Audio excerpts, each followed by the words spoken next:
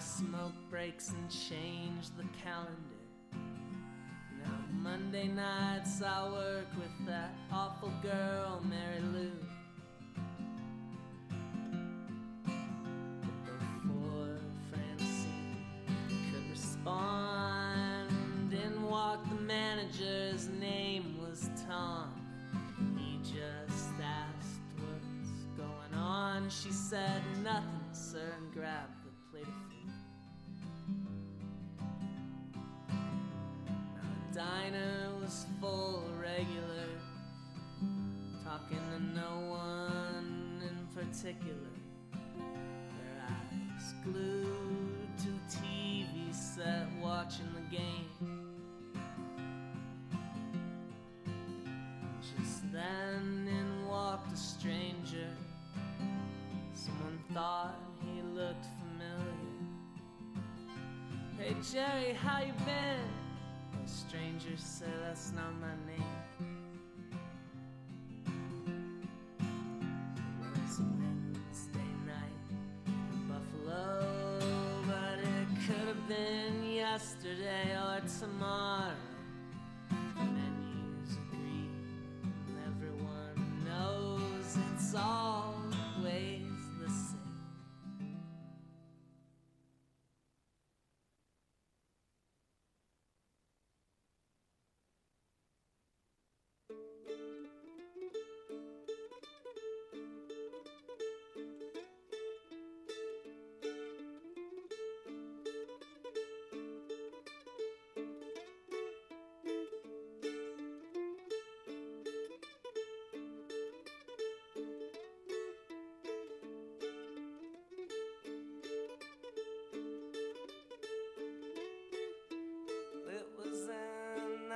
Time past the church down in the pines, maiden waited by the creek, and these very words oh she did speak. Well, Father, you've forsaken me, so I'll forsake thee. Young girl's heart is hers to give, so I'll meet my love beside this bridge and ride away with him.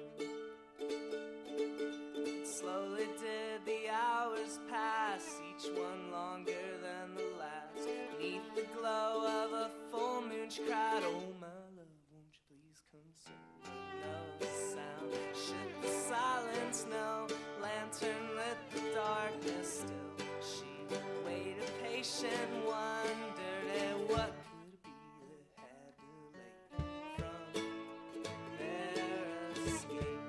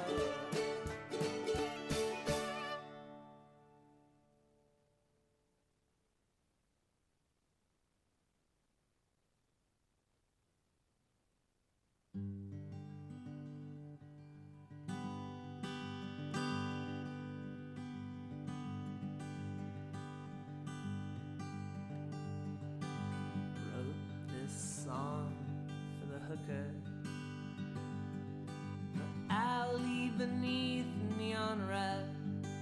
And I wrote this song for the lovesick John, and handshake the edge of a bed. And I wrote this song for the beggar,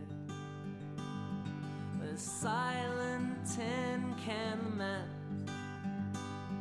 and the passerbys with concrete eyes and sand in their pockets. And I wrote this song for the symphony, a billion shuffling feet, for every face in and out of this place that I'll never meet. It goes, painters talk to colors, keep whiskey in the drawer, and everyone will be nameless, and the ceiling kisses the floor. So come on, record player, won't you spin us another chord? Just one more, just once more. I wrote this song for the trash cans, the newspaper in the street, midnight dogs turn the moon off and on as they look for something to eat. And I wrote this song for the daughter, the man who invented the gun, the man who was shot and the man who was not, but he walks like he's won.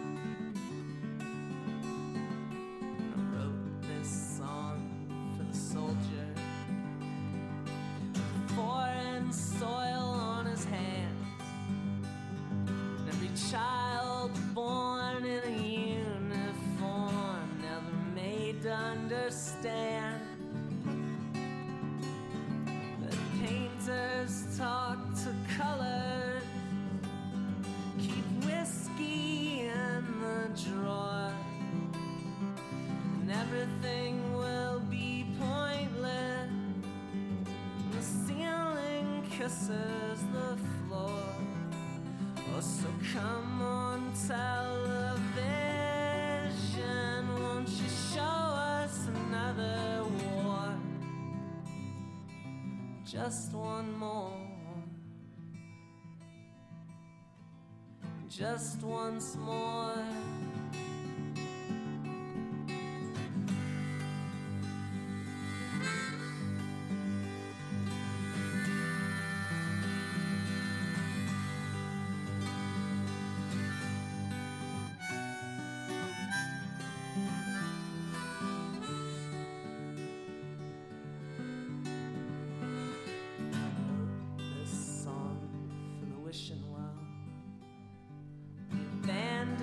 House in the field,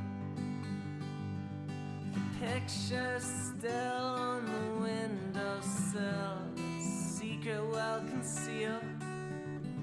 I wrote this song for the doorway, perfect silence it keeps. Yeah, I wrote this song so that I could move on, I'll never have to speak. I wrote this song for the liars, and everything they say becomes true. And for the confident, dejected, the embraced and rejected, I wrote it for you. And it goes, painters talk to colors, keep their whiskey in a drawer, but everything will be beautiful when the ceiling kisses the floor. Oh, so come on, record player,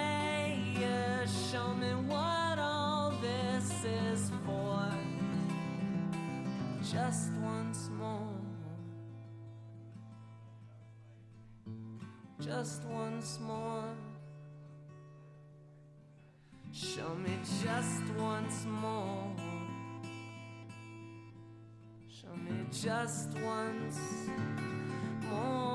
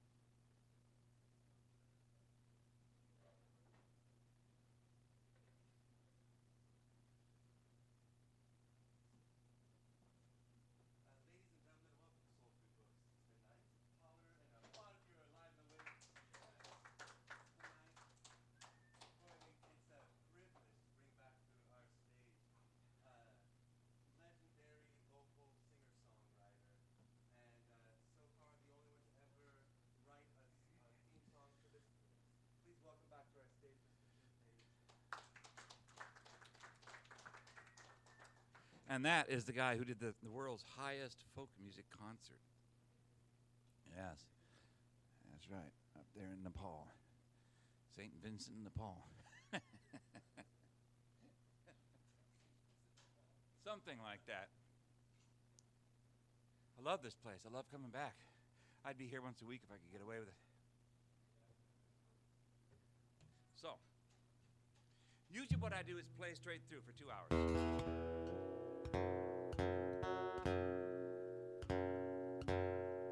I will let people decide what I should do.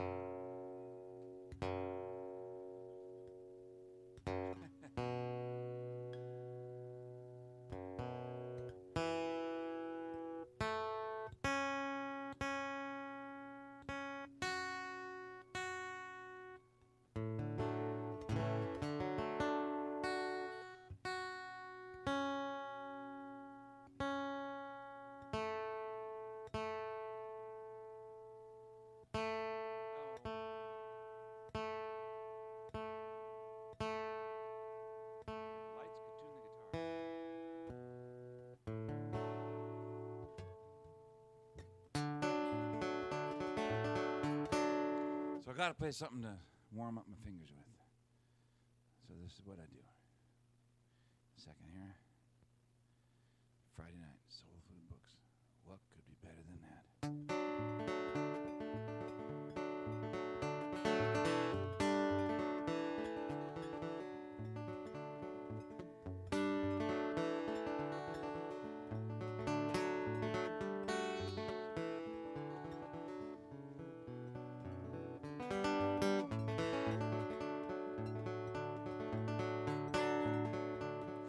Child is practicing their music. Could be a trumpet, but it's too sloppy to be sure. Like someone's trying to get out of that building, but the feet are nailed to the floor. It's a beautiful thing, yes it is. It's a thing that gives me hope to live. Somebody is looking for their voice through an open window with their supper on a stove. Now it's a sound you can hear out on the street, humming and tapping out a beat. Well, like someone whose life gives no reason, making up a reason of their own. It's a beautiful thing, yes it is. It's a thing that gives me hope to live. Somebody is looking for their voice through an open window with their supper on the stove.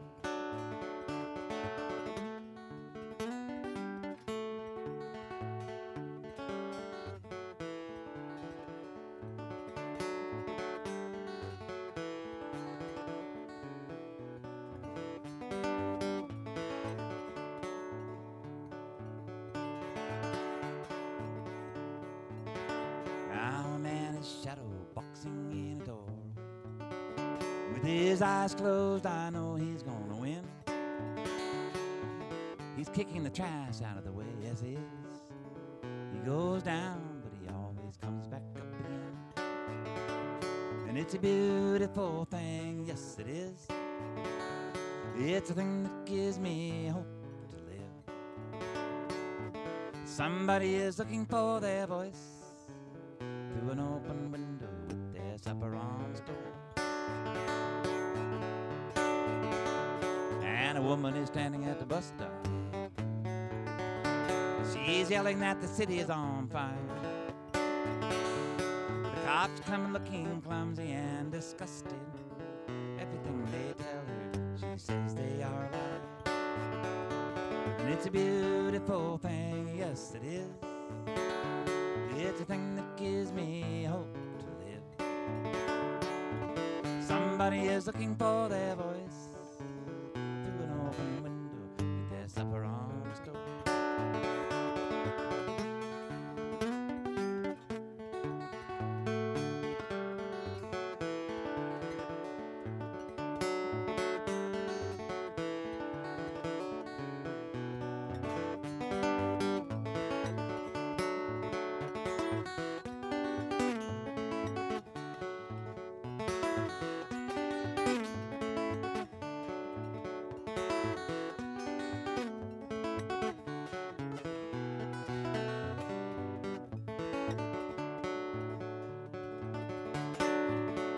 Well, now everybody is stuck inside the buildings. The ruins that we leave may last forever. And though everything we say may be forgotten, there's something that connects us like a river. And it's a beautiful thing, yes it is. It's a thing that gives me hope to live. Somebody is looking for their voice through an open window with their supper on the stove.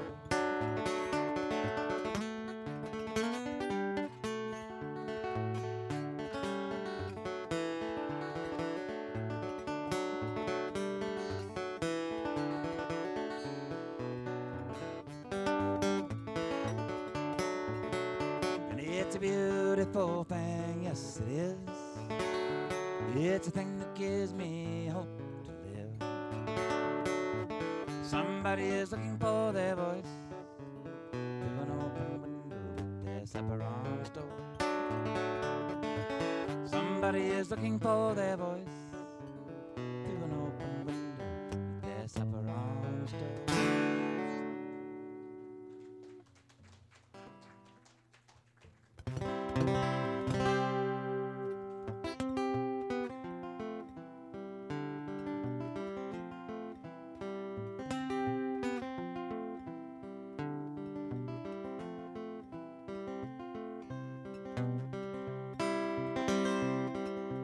Restless wind moving through the trees, temperature drops to a cold snap blow. You left your sweater on my bedside, I hope it's warm, but you decided to go. Thinking about how I never told you, didn't even think about it myself. I spent my whole life looking, I was looking for somebody else. You hold the key to the window of my soul and there's a wind outside. I hope it's warm when you decided to go, 'cause it's cold in here and the window's open wide.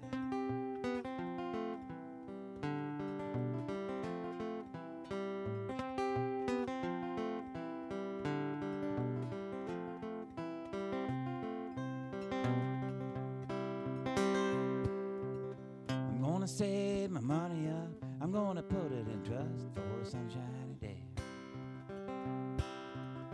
I'm gonna levitate you off of your feet, let the warm winds blow our blues away. Everybody's got an outside, and everybody's got an inside too. The only trick that you have to learn is who to show it to.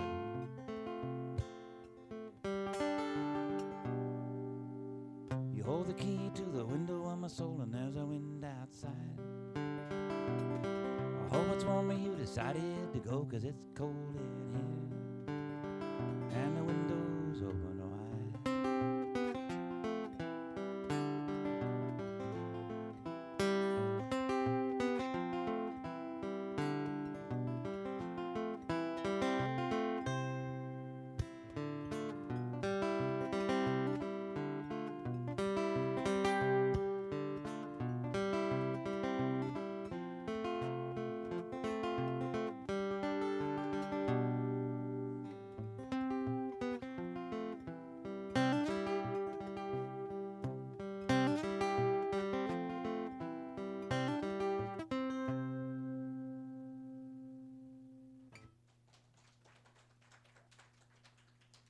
Clint, if you're around, could you give me less guitar monitor, less on the stage?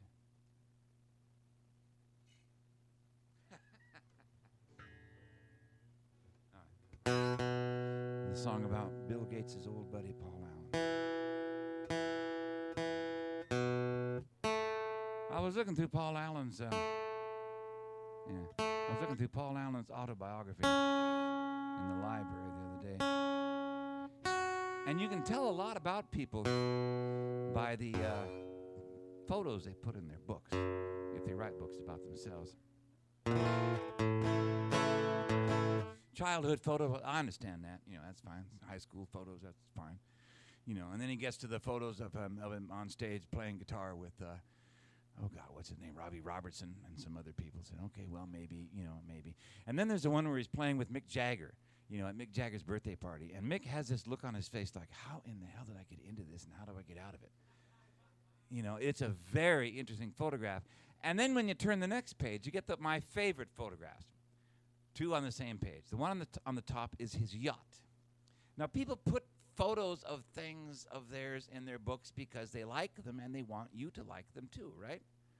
Now, everybody I know either has no health care or is struggling to hold on to what they've got, okay? Everybody that I know is trying to get their old car to keep running, okay? Everybody that I know is one paycheck away from moving into Nicholsville or some other homeless encampment out there. Just about everybody I know. Okay, this is not, you know, a joke.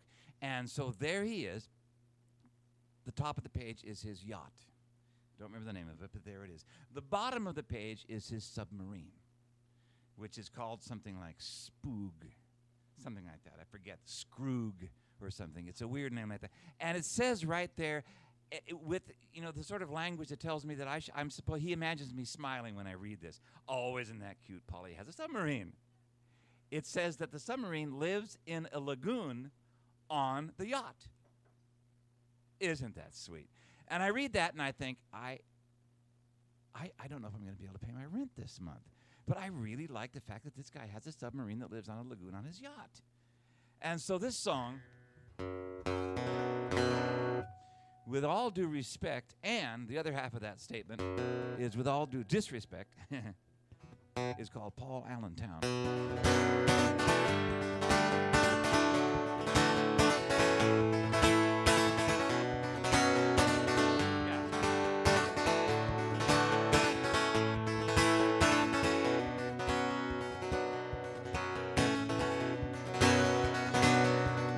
Now when I first came to Seattle, it was barely bigger than a small town, with the evergreen trees growing up and the good rain coming down. And it looked so innocent then. You'd never dream to take a glance at all those baby billionaires just waiting for their chance. Now a penny makes a nickel, makes a dime, makes a dollar, makes the kindergarten CEO want to jump up and holler, turns a software magician with a fine and friendly face into a planetary predator with his fingers all over the place. We used to call it Seattle, Jewel of the Puget Sound. We used to call it Seattle, now we call it Paul Allentown.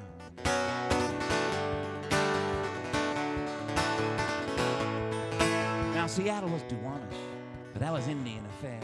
And so they turned him into a drinking fountain down in Pioneer Square. And the mountain was Tahoma, but that made their minds go blank. So they called it Rainier.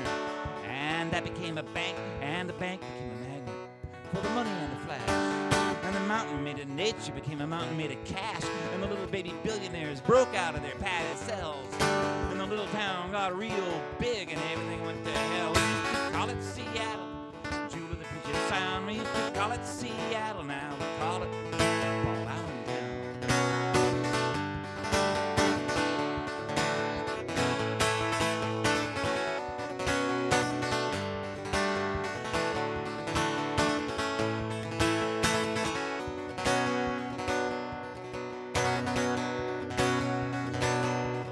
Now, Paul Allen made his first billions in the Microsoft days, and then he multiplied those billions and he gave himself a raise. And he gazed out into the distance just as far as he could see. And everywhere he looked, he saw an opportunity, and he waved his wallet like a scepter and a sword. He said, there's nothing next to God that this wallet can't afford. Move over, Mr. Yesler. Step aside and take a bow. My name is Paul Allen. This is my town now. We used to call it Seattle. To the Puget Sound. We used to call it Seattle. Now we call it Paul Allen Town.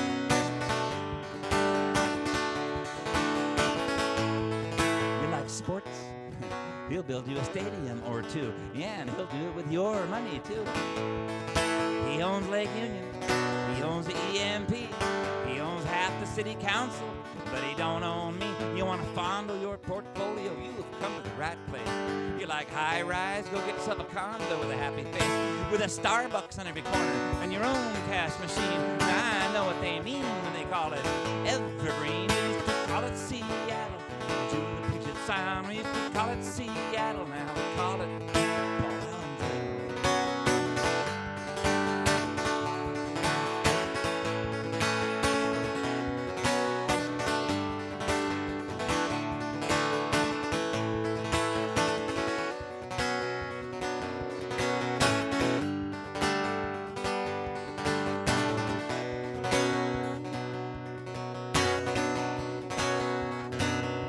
Now they say Paul Allen plays the mean guitar, but I don't think that's right. I think that poor guitar is just angry because he ain't treating it right. Like some adolescent ego with his billfold overblown. He thinks he can just go out and buy himself a rock star of his own. Jimi Hendrix on his bended knees up on Broadway on a bronze. He still can't figure out what went wrong. Playing the Star-Spangled Banner in a blown-out purple haze. Now he lives in a digital museum and his fans are all half crazed. We used to call it Seattle. To the Puget Sound. We used to call it Seattle. Now we call it Paul Allen Town.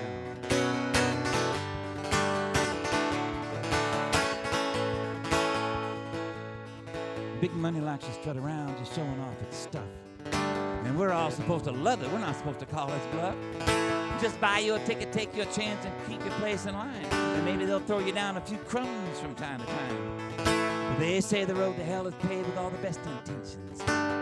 Hypnotized and dazzled by the latest slick inventions, like a deer in the headlights, just trying to catch a ride. Well, it can be a big surprise when you reach the other side. We used to call it Seattle. To the Puget Sound. We used to call it Seattle. Now we call it. We used to call it Seattle. To the Puget Sound. We used to call it Seattle. Now we call it Paul Allen Town.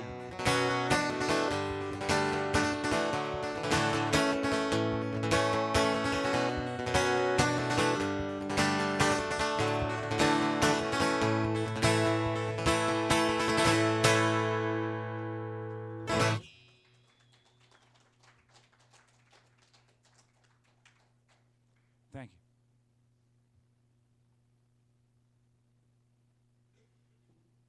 This is for my friends at the Islamic school. And if you will stop grading papers long enough.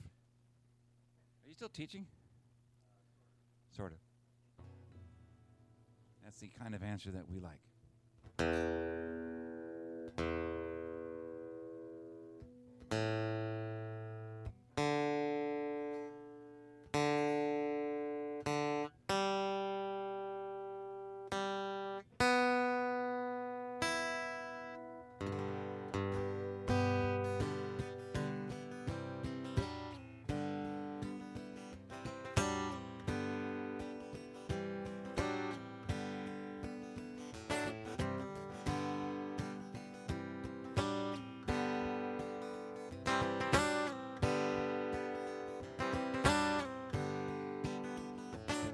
When the good rains finally came, we stood out under cover. Watched the dry earth drink it up like a long lost love. We We opened up our senses to let it in. Felt so good to feel that way again. And if you love the water, let it rain. Let it wash away your pain. There are reasons to explain. If you love the water, let it rain. A long time ago when the world was young, the innocent life beneath the summery sun, and desert flowers in the wild plantain, waiting for the weather to bring the rain. And if you love the water, let it rain. Let it wash away your pain. Reasons to explain. If you love the water, let it rain. Time is such a fleeting thing. You know it comes and it goes. Yes, it ebbs and it flows. Well, waterfalls and rainbows.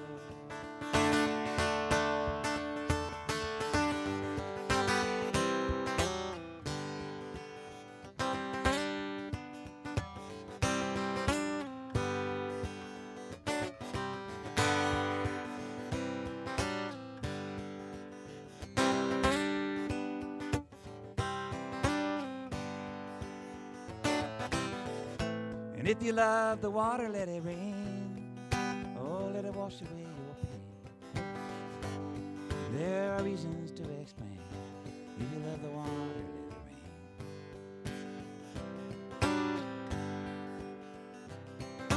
rain. There was a time we kept ourselves apart, surrounded by the dryness in our hearts. Life is a natural mystery, they say. So I guess we'll just let nature have its way. And if you love the water, let it rain, oh, let it rain. There are reasons to explain. If you love the water, let it rain. If you love the water,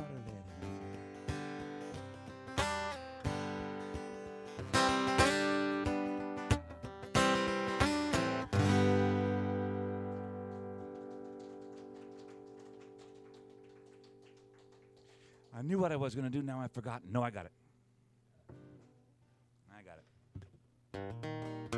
I am a member of the King County Transit Riders Union. Not Drivers Union. Not Mechanics Union. Riders Union. They're taking the buses away, you know. And we want them back.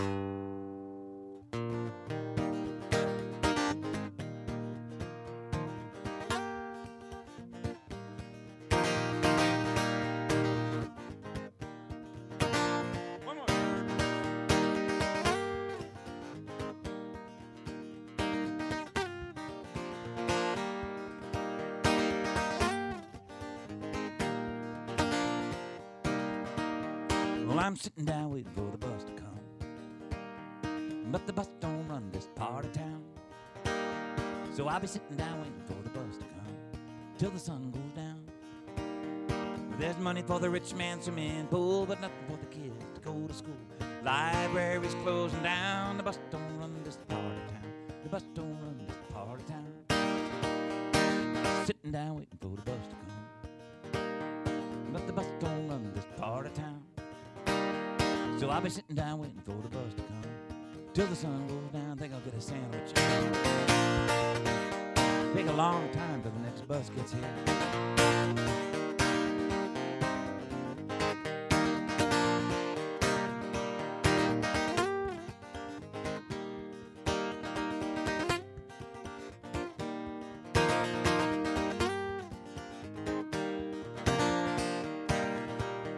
They're building brand new thoroughfares, construction projects everywhere. If I had my way, I'd tear them down. The bus don't run this part of town. The bus don't run this part of town. So I'm sitting down waiting for the bus to come, but the bus don't looks like. So I'll be sitting down waiting for the bus to come till the sun goes down.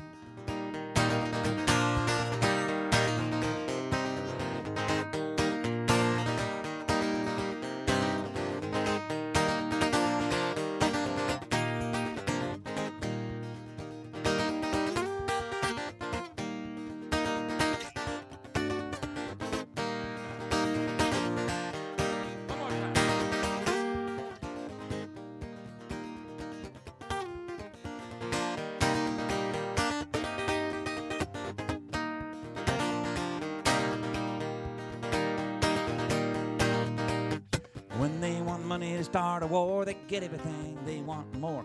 But we don't get a way around. The bus don't run this part of town. The bus don't run this part of town. Sitting down waiting for the bus to come. But the bus don't run this part of town. So I'll be sitting down waiting for the bus to come till the sun goes down. Now it's a broke down engine out of steam, flat tires in the American dream. Ain't gonna be no trickle down, cause the bus don't run this part of town. The bus don't run this part of town. Now I love you, you love me too, but love alone won't see us through. We're gonna have to turn this thing around. The bus don't run this part of town. The bus don't run this part of town. Sitting down waiting for the bus to come. But the bus don't run this part of town. So I'll be sitting down waiting for the bus to come till the sun goes down.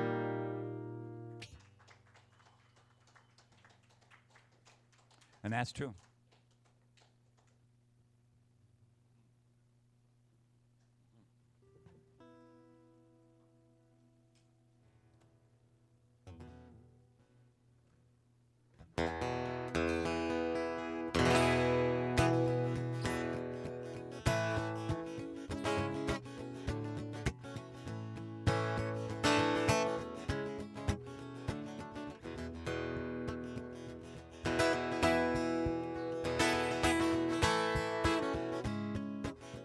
'71.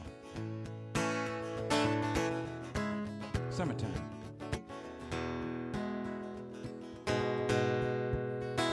Well, I'll tell you a story, my friend, from the Vietnam days way back when. Body counts mountain on the wall. You had to do something about it. That's when the singer took a trip to Washington State. It was a good day to travel on the interstate. 2 hitchhikers, all of 19. Traveling real light with their heads shaved clean. The singer picked him up, he had room in the car. He says, I'll take you where you're going if it's not too far. We're going up to Canada, they said it kind of slow. Seems like the place to go. Now you can trust a stranger if you give him a chance, and there's a million stories in a sideways glance. The singer knew he had a long-range view. I'm only going to Seattle, he said, but I'll see what I can do.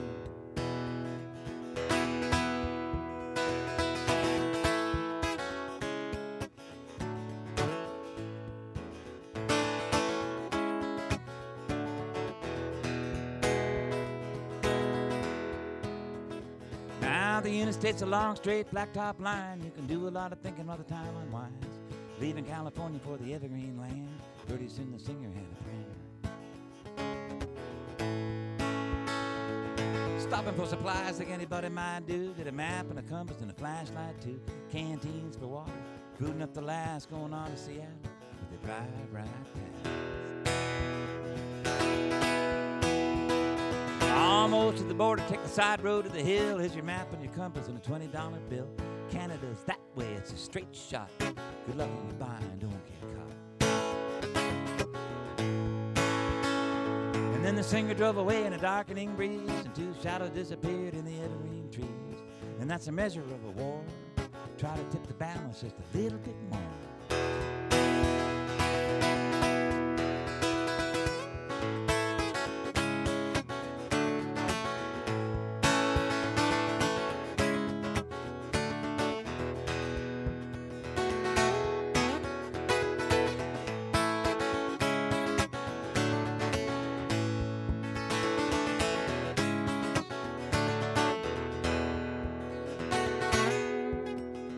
Now I was there when the singer came in late, muttering something about the interstate.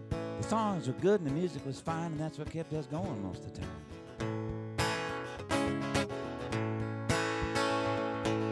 And that's the end of my story, my friend, from the Vietnam days way back when, about a singer on the road and the AWOL kid, how you had to do something, and that's what they did.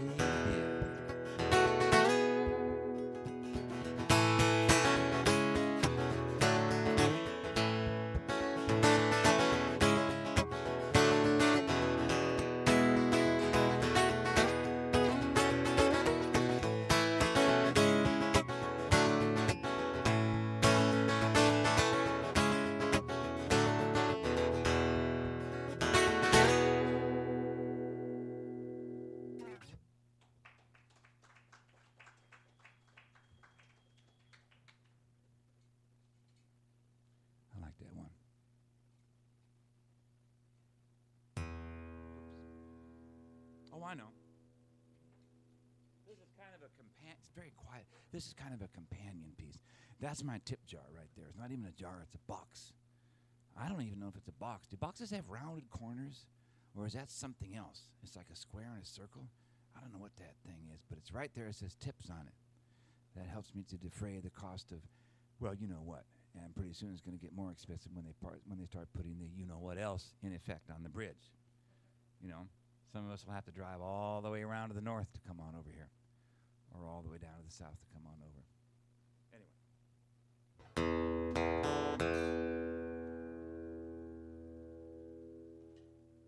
I used to play in a place down there in California called the Brass Knocker.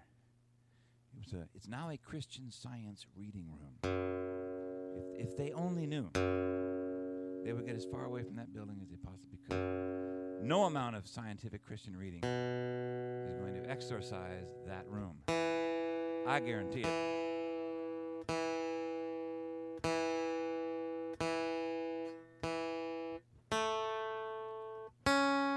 Maybe after a while. It's been 40 years or something, so. Over 40 years. But, you know, it was the late 60s, and Vietnam was in full swing, or gearing up anyway, and there was a draft, and people had numbers, and there was a lottery, and people had numbers, and people were scared, and people were doing this and doing that about it. And I lived in the Bay Area. It was Lower Bay Area, San Jose, Cupertino area down there, just across the hills from Santa Cruz. And we all, you know, by the time I got out of high school, I kind of had a pretty good idea of what that war was, you know, and so there was no way that I was going anywhere near it. And the same was true with a lot of my friends, but everybody wasn't that fortunate, because the world is what it is, you know, and they like to pick you off when you're young and full of excitement and not very many brains. So anyway, one of the people that I looked up to down there, a guitar player guy named Billy Dean Andres. He was a couple of years older than me, and he came from the wrong side of the tracks, which made it doubly exciting, I suppose. And I used to watch him play the Brass Knocker. Yep. And this is what happened when Uncle Sam came looking for Billy Dean Andres.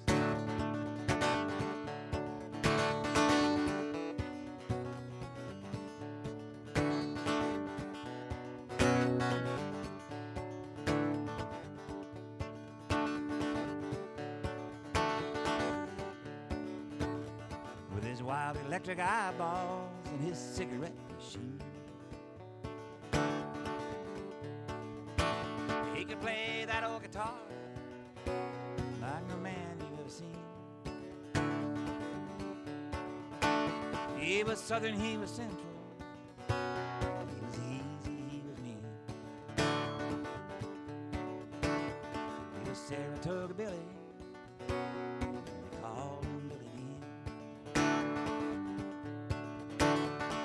Sound the strings like silver, or a dead man in the shade. And it's many a lonesome midnight soul that can't anywhere a song to play. He was a rambler and a gambler, and could not tie him down. As well they do remember in that Saratoga town.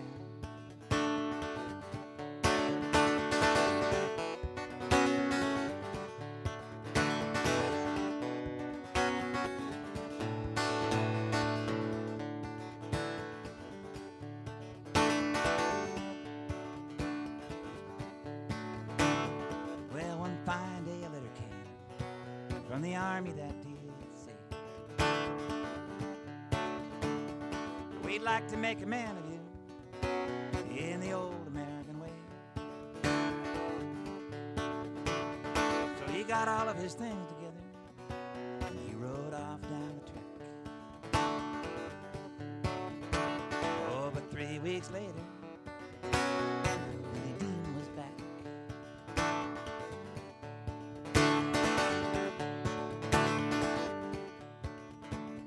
Well, he stayed away so very long that in trouble deep he grew. And his friends, they all got nervous. Yes, they did, but there was nothing he could do. Until one day they found him. He was playing his guitar. They put the handcuffs on him. They took him away in a government car.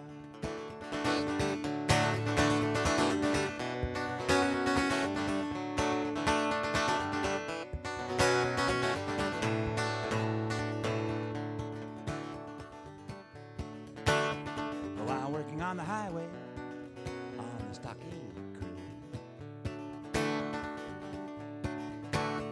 he saw a car of people that was only passing through. He waved an arm to signal, and they stopped to let him in. When the guard turned his head around, Billy Dean was gone again. Well, then the army fathers, well, they all got so mad. That Saratoga Billy had done bad. They puffed and they sputtered, and they almost lost their minds. For in Saratoga country, Billy Dean was hard to find.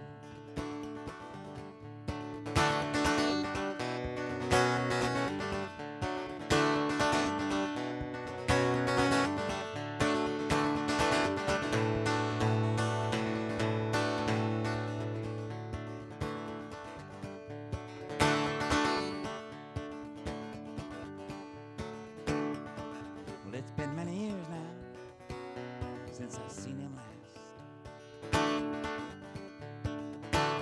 And I just ain't got the time, oh, to spend on the past. Yeah, but sometimes I wonder, sometimes I think, when it's late in the evening, I've had too much to drink. With his wild electric eyeballs and his cigarette machine, he could play that old guitar like no man you ever seen. He was southern, he was central, he was easy, he was mean. He was Saratoga Billy, called him Billy Dean. He was Saratoga Billy, called him Billy Dean.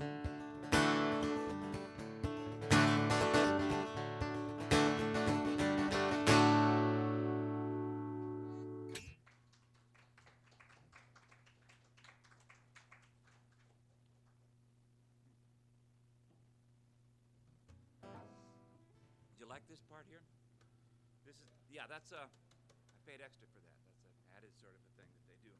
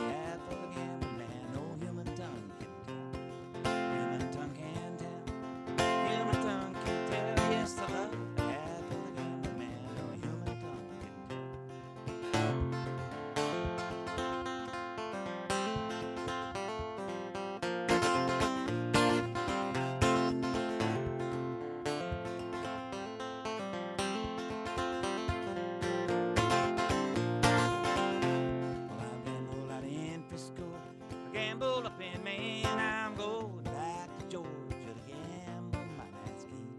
Gamble my last game. Gamble my last game. Yes, I'm going back to Georgia to gamble my last game.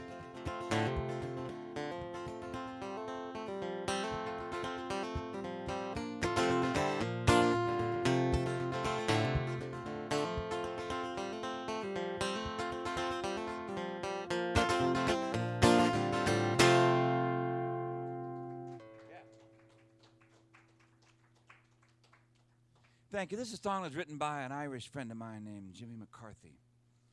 Not really a friend of mine. I knew him to say hi to him. We used to play the same places ages ago. And he wrote this, I don't know, back in the 80s sometime, and everybody played it. I learned it actually from Christy Moore.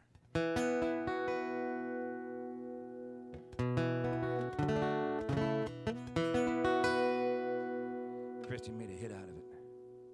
It's called Ride On, and he released it as a single, Christy did, to coincide with Ronald Reagan's visit to Ireland. So basically the song said, keep going.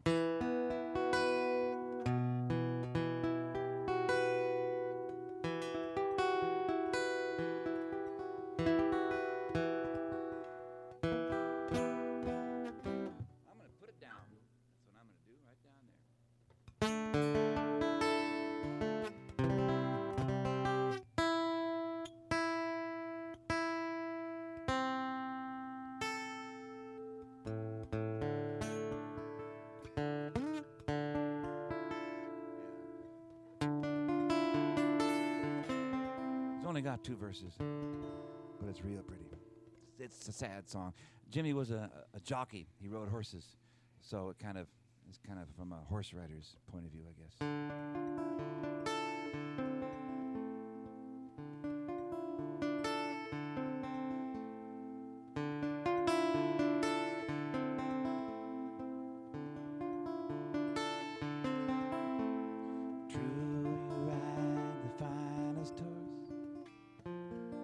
I've ever seen, standing 15, 1 or 2, eyes wild and green. True, you ride the horse so well, hands are light to the touch. I could never go with you no matter how I wanted to. Ride on.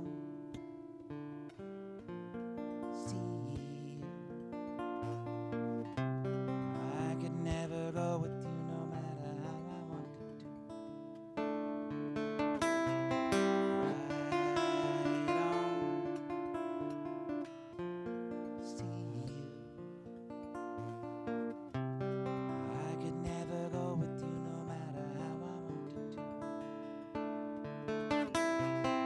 When you ride into the night without a trace behind, draw your claw along my gut one last time.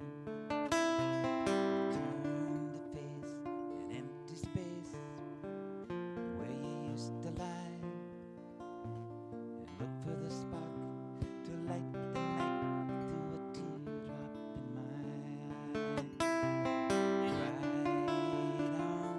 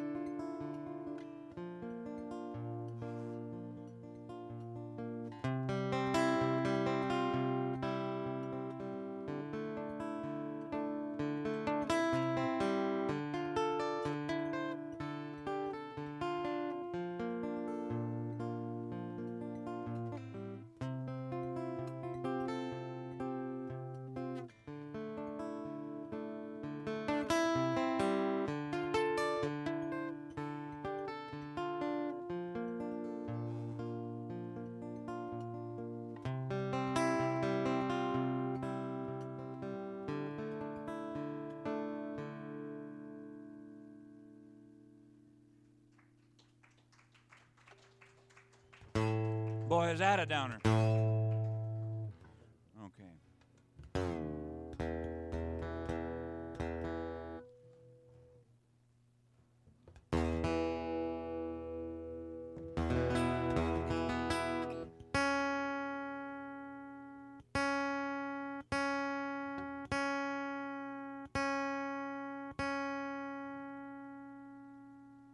It's so down, it's almost like interesting.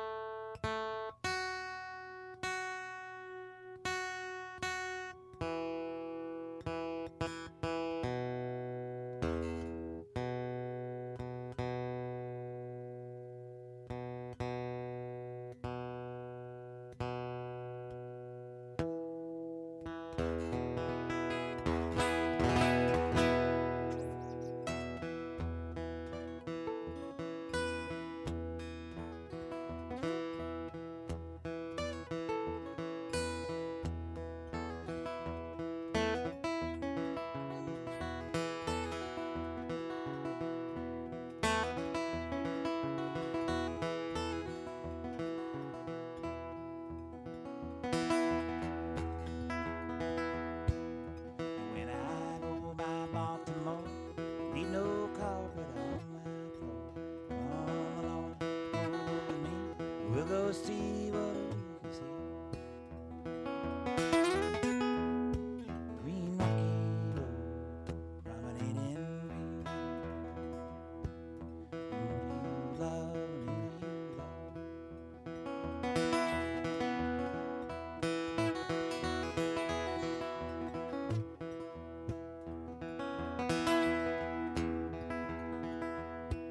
Now you see that bird up in the sky. You wonder how she could get so high. She don't walk, she don't run, she just flies until the traveling's done. Green Rocky Road, promenading green. Who do you love? Who do you love?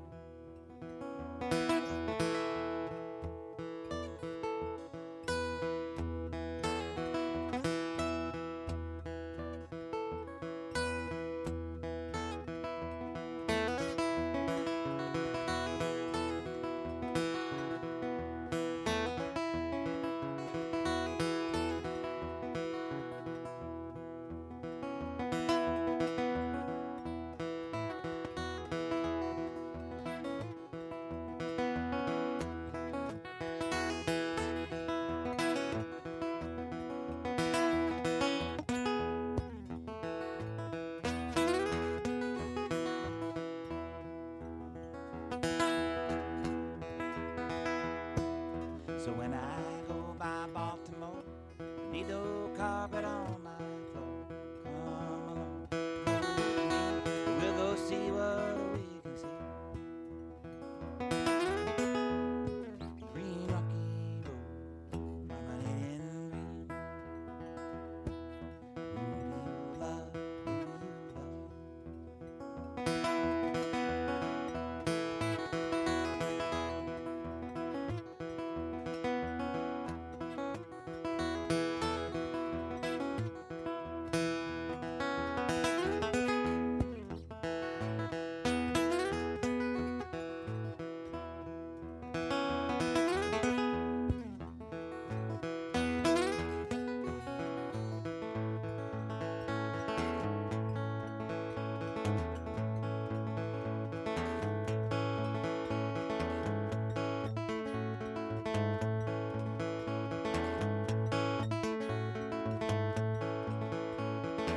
I love the way that the rain sounds on the rooftop over my head, a little animal feet. The way the clouds come down so low sometimes, seem to prowl around the alleyways and get into the side streets. And all the world goes soft, and the hard lines disappear, and the echo of the footsteps, well, that's the music in your ear. And the sing-song river runs all along that little crack. I've been all around the world, baby, and I keep coming back.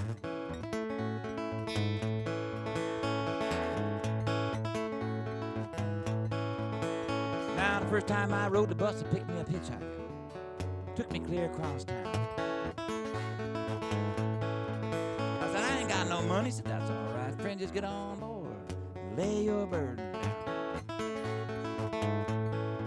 He said, where you going? I said, I have no idea. But this looks pretty good, I'll get off here. And I went off walking with my guitar across my back, yes I did. I've been all around the world and I keep coming back.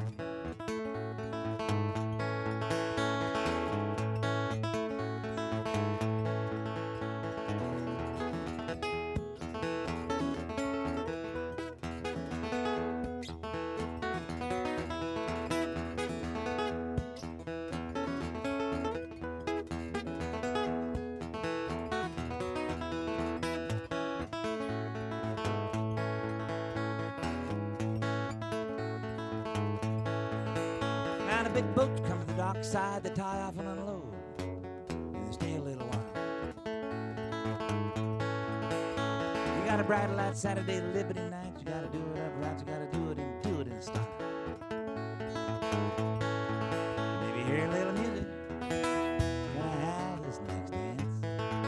Maybe fall in love if I get half a chance. With somebody like you, yes indeed, imagine that. I've been all around the world and I keep coming back.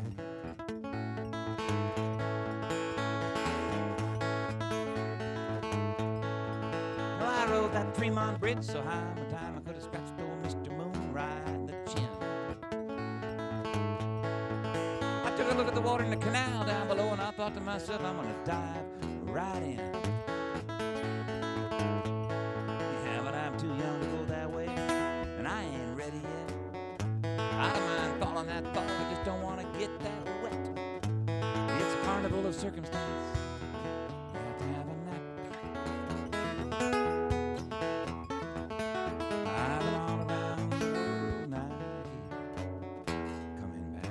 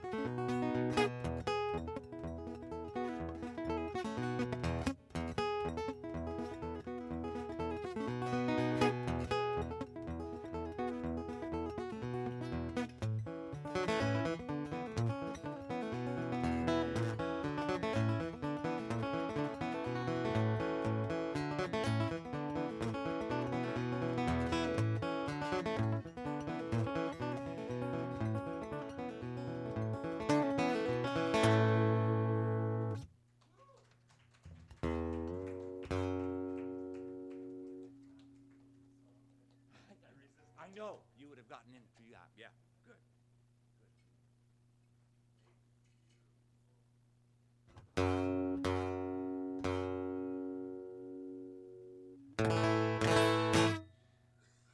Clint isn't still here, is he?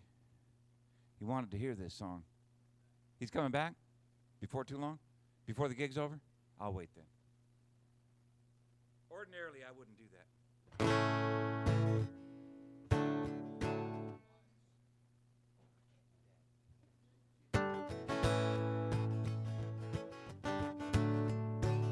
This is a song that I recently started playing again. I stopped, there's a whole bunch of songs I stopped playing, and I kind of started playing them again.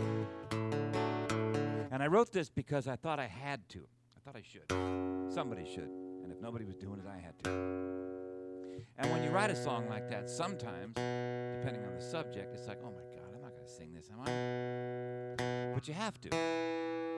It's about one of those things that nobody wanted to really talk about, at least not in public. We're Americans, right? We have this exceptionalism sort of thing going on. Certain things happen to other people, they never happen to us. Other people deserve what they get, we never do. We never deserve what we get. This whole industry is built around the idea that we don't deserve what we get.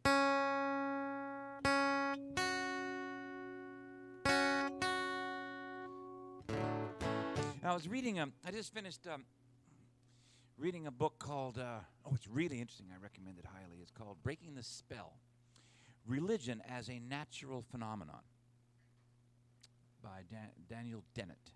Dennett, yeah. And the idea is that, you're religious, that's fine, that's good, that's fine, that's fine. We're going to look at it. We're going to look at it. We're going to look at religion. We're going to look at your religion. We're going to look at yours. We're going to look at yours. We're going to look at all of them. We're going to just look at them. Okay, I mean, we're not going to hurt anybody. We're just going to look at them, because they have these defense mechanisms. Don't look at my religion. Don't look. Don't get in too close. You're an outsider. Why is that? That's kind of like, that's a defense mechanism. So anyway, he says in there that there's this American thing, and he's right. This American thing where if you understand the actions of somebody who does something reprehensible, if you work to understand what happened, most Americans will say that you are sympathizing with them or you're excusing them, rather than you're trying to understand what happened. I mean, how could you ever, for instance, stop another terrorist attack if you didn't bother to figure out why somebody would attack you in the first place? 9 times out of 10, it's understandable.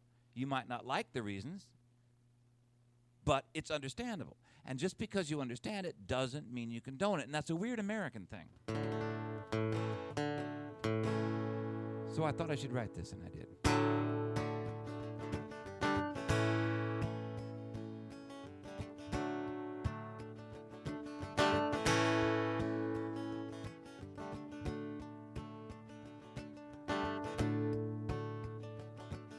Such a pretty girl as she walks into the market, with the people all around her and the air so sweet and soft.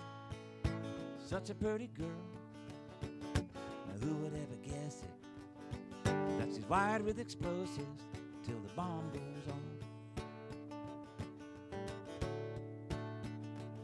off. Mother, did you know her? Did she have a big bright smile? Was her heart full of love for the life all ahead of her? And did you know them? Were they the children of their parents? And will they be remembered for who they really were? Who would ever do a thing like that? There has to be a reason. There has to be a reason. There has to be a reason for that.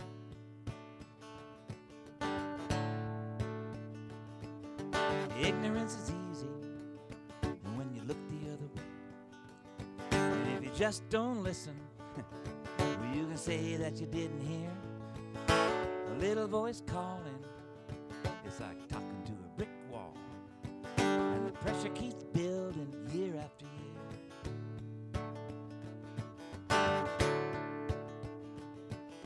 Someone's got the power what they gonna do with it. Are they gonna keep pushing down with the great big thumb? Anybody might snap if they don't see a future. Another little girl, another little bomb. Who would ever do a thing like that? There has to be a reason. There has to be a reason. There has to be a reason for that.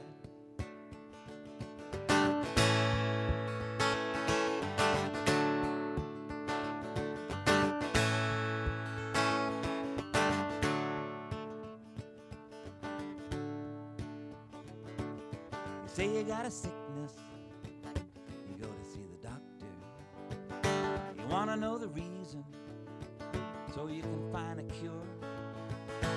We have a sickness, we're shooting at the symptoms. It's only gonna get worse, I know that much for sure. Who would ever do a thing like that? There has to be a reason. There has to be a reason. There has to be a reason. There has to be a reason. There has to be a reason. There has to be a reason for that.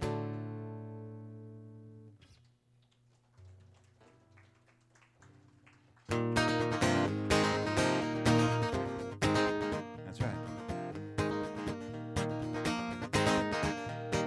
This is the song that shows its age, my age, and our age. A traveling song. Generational traveling song. Remember the pictures of the covered wagons? People going west.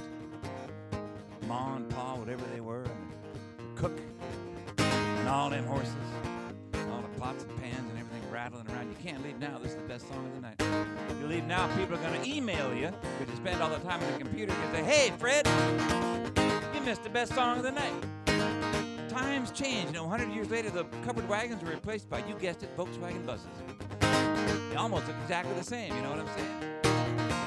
They were going west. Know where the car's gassed up and I'm ready to roll. I got one eye open for the highway patrol. I got the other eye open for the freeway sign. 300 miles and I'm making good time. And my stomach's growling, but the head's been fed, going down to Eugene to see the Grateful Dead. Tape decks blowing out a rattling sound. In a sympathetic rhythm to the wheel go round. Sports cars in me of half a line. This thing don't do more than 55. But I can sleep in the back, it's a roadside bed going down to Eugene to see the Grateful Dead. Well, now everybody needs a little break sometimes. Life gets too precise. Put a little twist in the old straight line and take some strange advice. Well, I'm rolling into town, I'm all eyes and ears. Look at all those people, I haven't seen them in years. Tripped out hipsters, rag and bone. Young neophytic, tie-dye, cellular telephone. Superfleet and an old friend going out of Eugene to see the Grateful Dead. That's right. Here we go.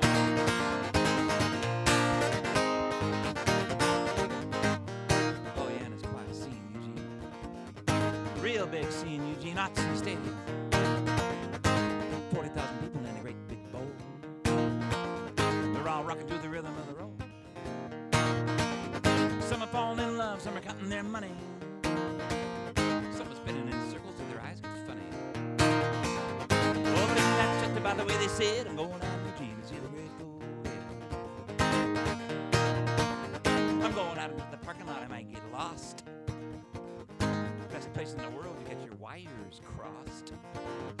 Reality shatters when you leap and shout. Some people go in and never get out. Never been the same since my senses fled. I'm going down to the Grateful Dead.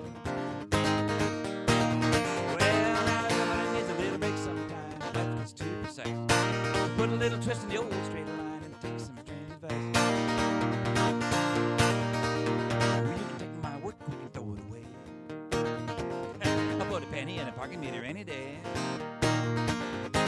Hang up the phone bill and let it fade.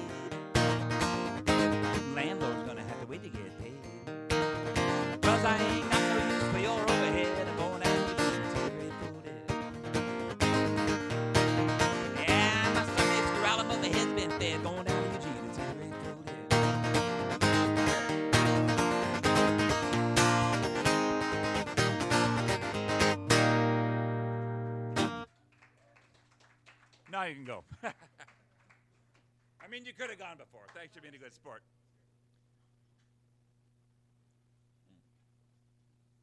Don't forget the tip box. Right there in front of the, right there in front of God and everybody.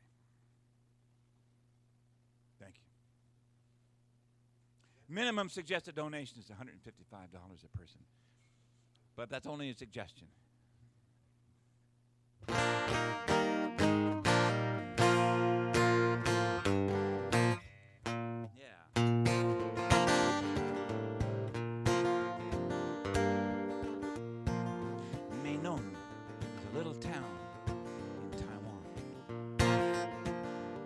There once a few years back. That voice thing is cool. I played there once a few years back. I never do it when I want to. It only happens by itself. It was called the Mainong Music Festival. They put us up at this little bed and breakfast. The whole thing took place in the Valley of the Butterfly. Now, wouldn't you like to live in a place called the Valley of the Butterfly? It just sounds right, you know what I'm saying? It was a really cool place surrounded by these mountains that looked like teeth.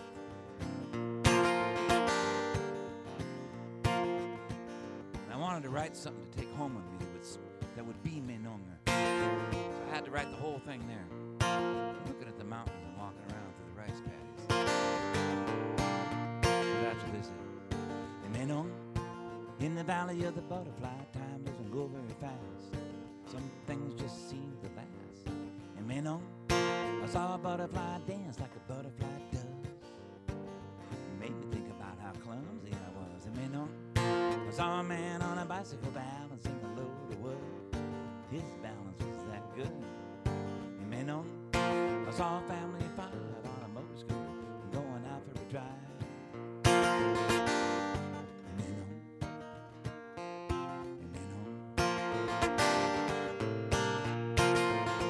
it's a big around world. Yes, it is all around the world. It's a big round world. Yes, it is all around the world.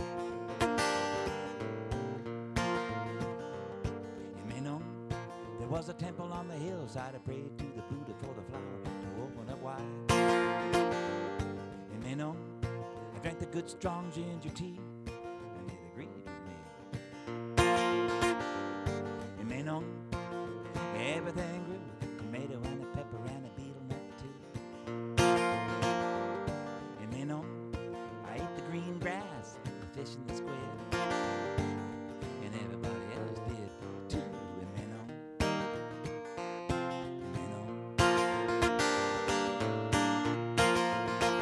it's a big around world. Yes, it is all around the world. It's a big around world. Yes, it is all around the world.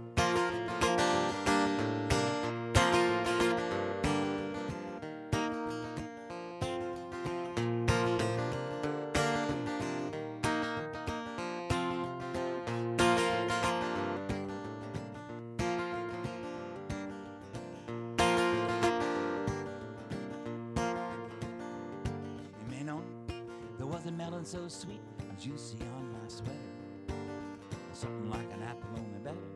And Mainong, the sun flew by on a butterfly breeze.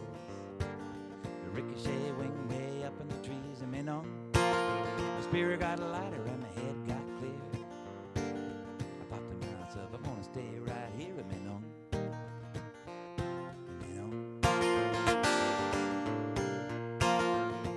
It's a big around world. Yes, it is all around the world. It's a big around world. Yes, it is all around the world.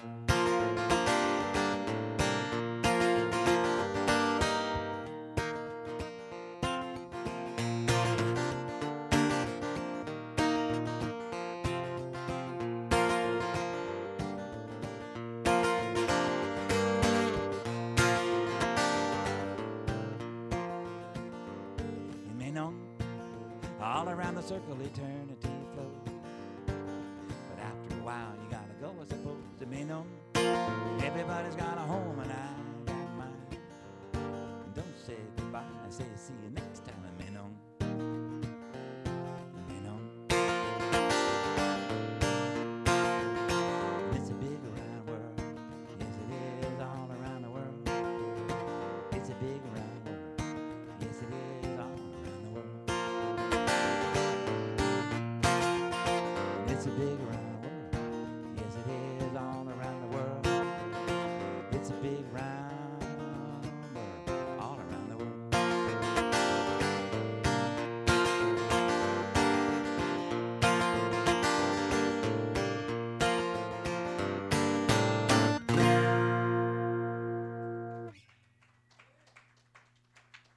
That's what I'm talking about.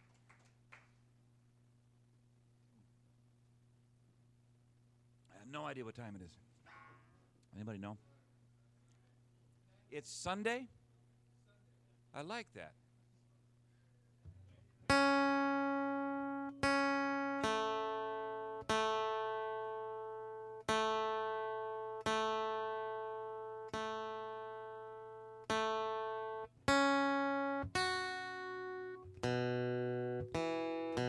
Now this song is going to sound a little weird. But then what else is new?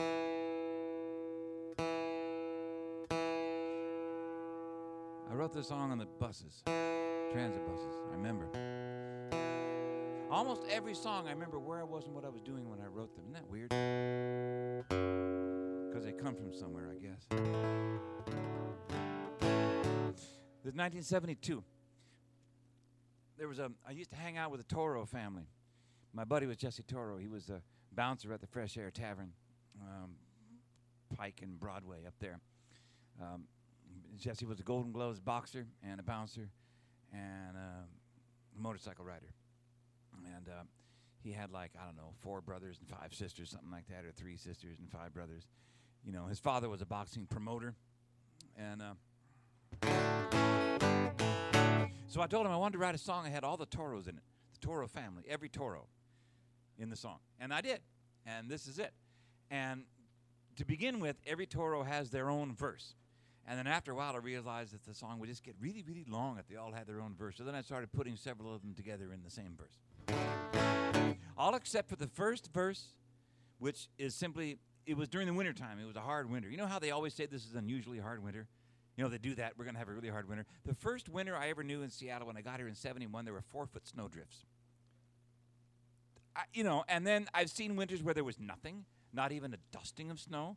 I've just kind of gotten used to that. Whatever happens, happens. There's no, I don't expect anything. You know, and they go, oh, this is the worst winter ever. And it's like, yeah, right. You know, 72 was I think it was 72. Was it particularly cold? It was 18 degrees. I remember that in Seattle itself, 18 degrees. For days on end. So that's what the first verse is about, how cold it was in the wintertime. And then the Toros kick in. And then the last verse is about something that happened when I got to town down at Pioneer Square. Kind of a sad thing, I guess, but it's life. What can I say? And the song is called A Shot of the Usual. It goes like this.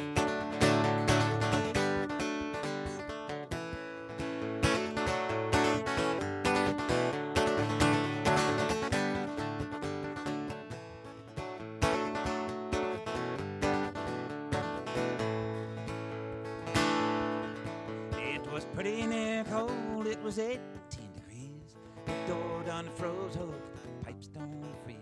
Lonesome coyote growled way up on a rise, where the iceberg winter hit me right between the eyes. And the old timers told that it wasn't all that cold, as they stoked the cold stove worth its weight in solid gold. They do what they do, and it's all so very strange. Take a shot of the usual. You're looking for a change.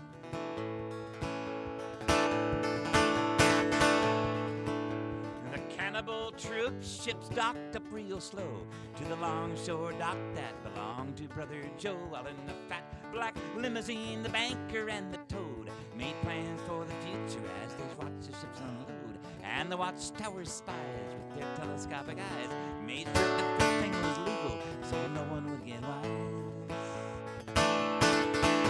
They do what they do, and it's all so very strange. Take a shot of the usual if you're looking for a change. And when Dave got busted and they throwed him in jail, where they spent all his money and they opened all his mail. And the Flatfoot partners on the downtown beat carved another notch and went off down the street. And the stool pigeon swore as he crawled across the floor. You may think it's over, but I think there's more. They do what they do, and it's all so very strange. Take a shot of the usual if you're looking for a change. The lobotomy factory and the midnight shift There sat Sylvia by the deadweight lift, staring holes through the plaster of the company walls, while all the old vultures made up stories in the hall, and the roll caller came, calling everyone by name, rearranging faces till they all turned out the same. They do what they do, and it's all so very strange. Take a shot of the usual if you're looking for a change.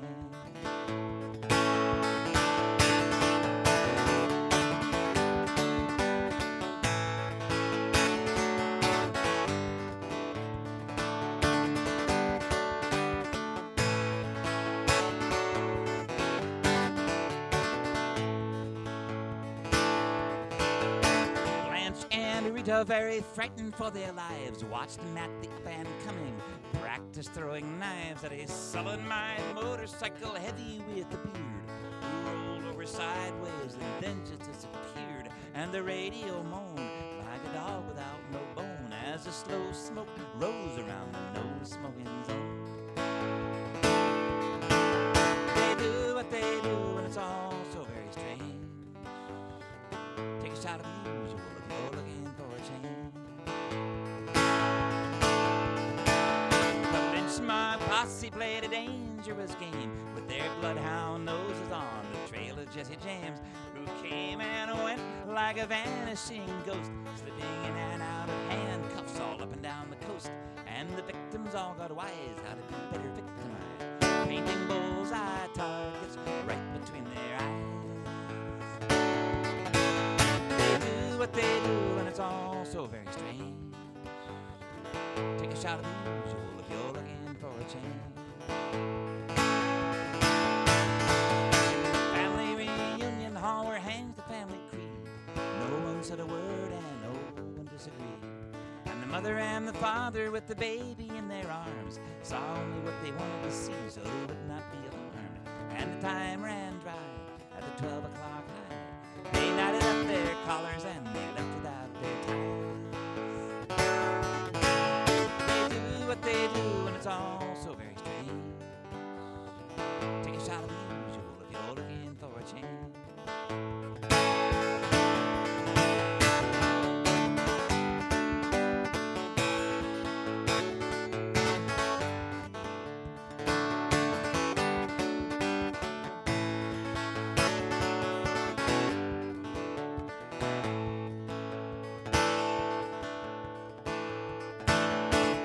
Some hobo felt his feet begin to drag through the freight yard dust where he collected paper bags. He thought about himself like a dog without a tail as he bed down in the cinders, put his head up on the rail. And the 409, way behind time, never knew a thing until they read the headlines. They do what they do, and it's all so very strange. Take a shot of the usual if you're looking for a change.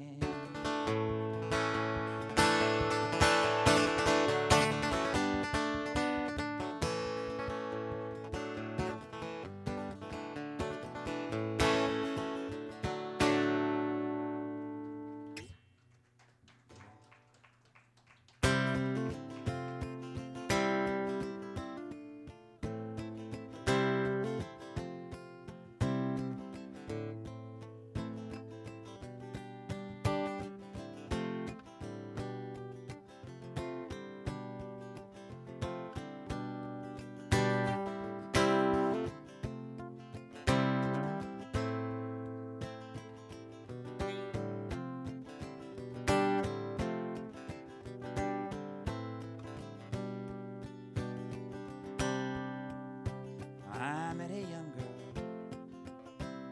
sat on a step, saw her quite clear, quite early one night.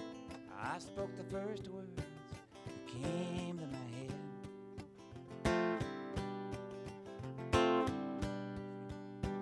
She sealed my fate when she answered all right.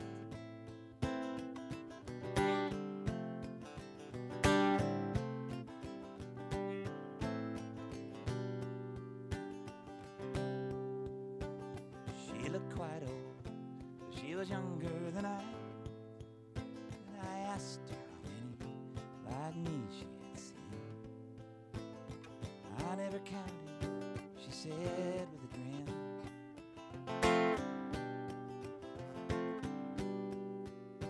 I looked at my hand, said, I see what you mean.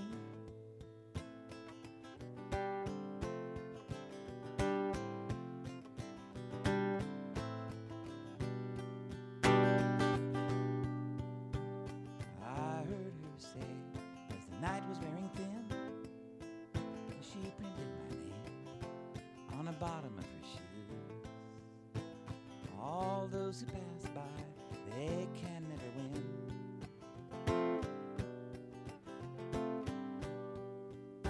Oh, but those who come in, they can never lose.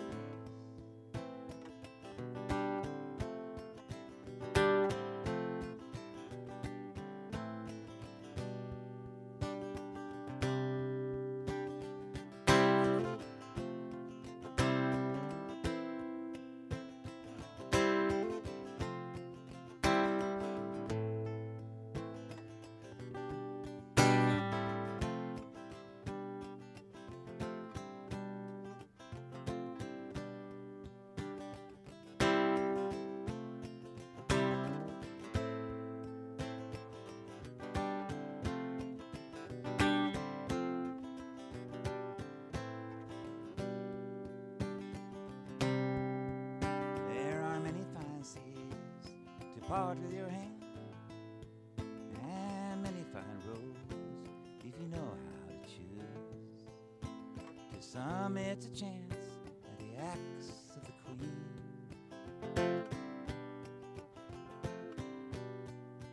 But to one it's a man on an old pair of shoes.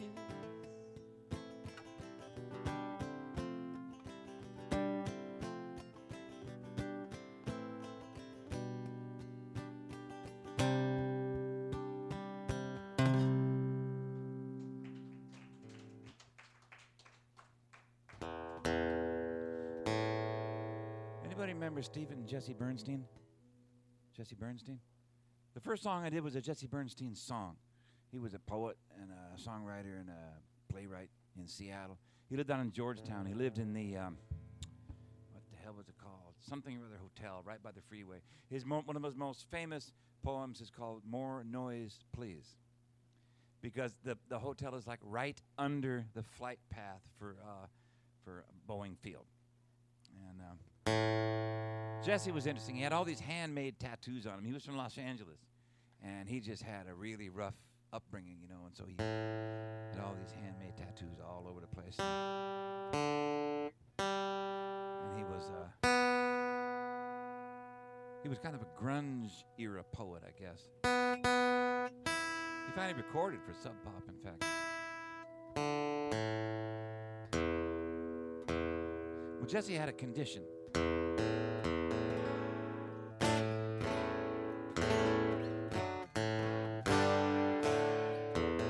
And he would get these seizures. And what he told me was that they finally figured out that his brain was too big for his skull. Now, I don't know if he was bragging or not. But what it meant was that when he had these seizures, he went numb. His body went numb and he couldn't feel anything. And so he would go to extremes to make himself feel. He killed himself way out there in La Push. And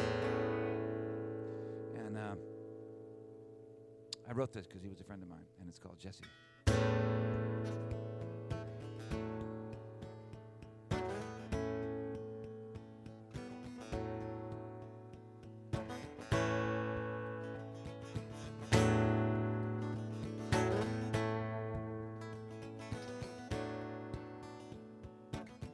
Jesse went numb. The world went mad.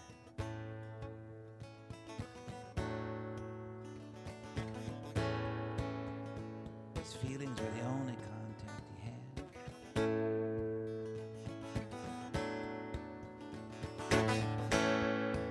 But then he would lose his sense of touch.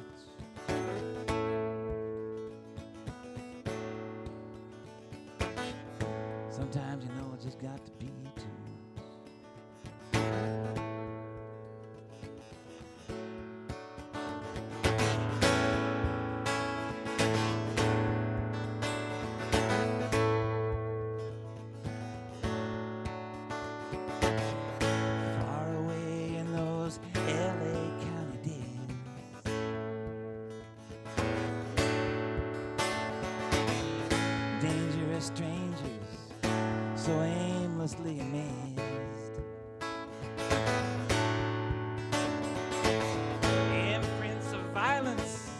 on such a gentle soul.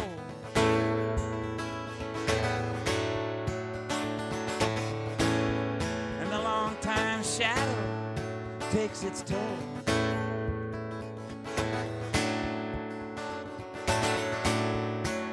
And they say the greatest pain, they say the greatest pain, they say the greatest pain is when you can't feel anything.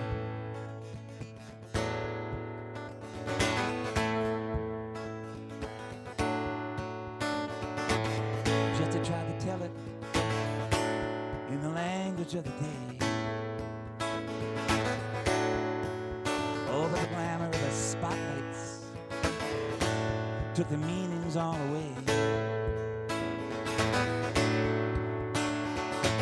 Hollowed out in syllables, wind-swept and raining. Everybody thought his pain was so very entertaining.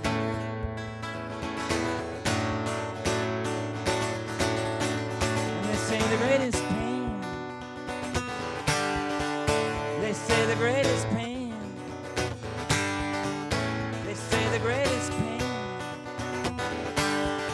when you can't feel anything.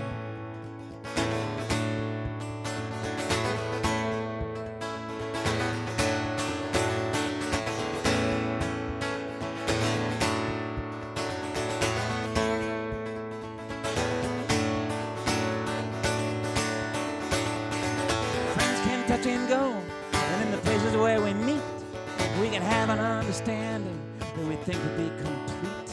Shared communication, giving names to all our fears, never knowing what was missing until the world disappears, until the world disappears,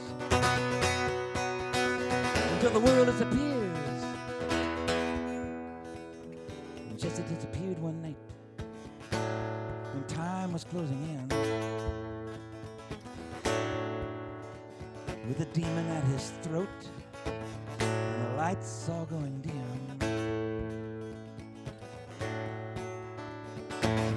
He left his hollow body face up to meet the dawn. And by the time they found him, well, he was already gone.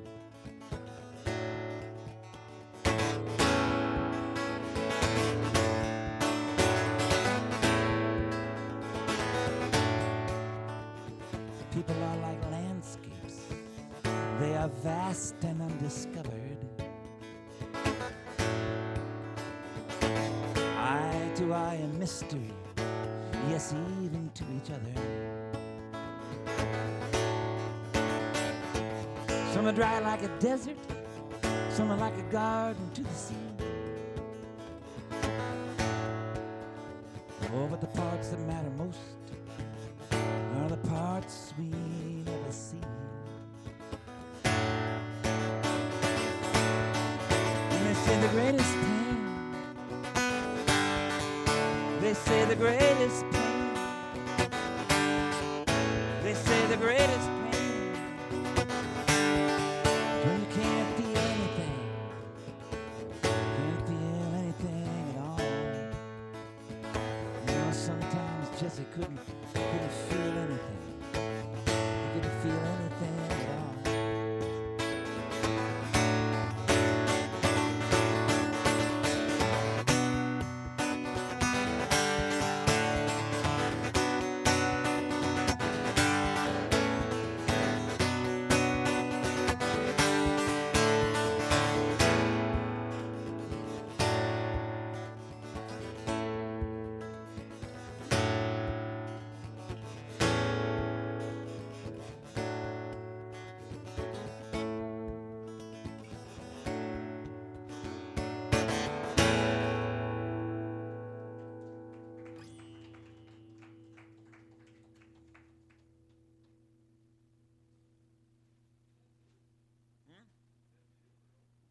That's old. It's one of those songs, it's like, okay, where do I sing this? How do I put this into a set that won't make everybody leave the room? Oh, thank you. That's what what I feel too, but you know.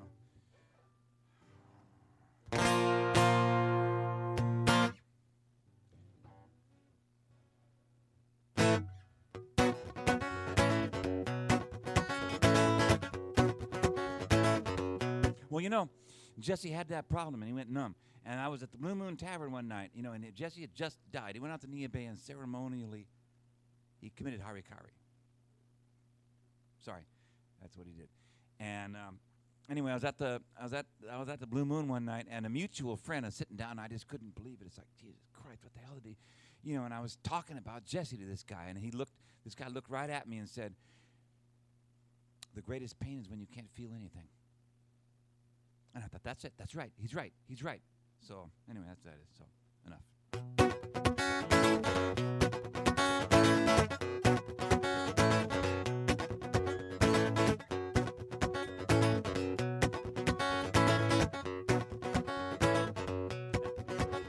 Well, let's take our culture back. Take our culture back. Get the monkey off of your back and take our culture back. Now, we've been here for a million years. Music filling up the people's ears, and we always sang our own song until the music business came along. And I don't know, I could be wrong. I ain't about to just tag along behind somebody with a bankroll hanging out, telling me what I can sing about. But let's take our culture back. Take our culture back. Get the monkey off of your back and take our culture back.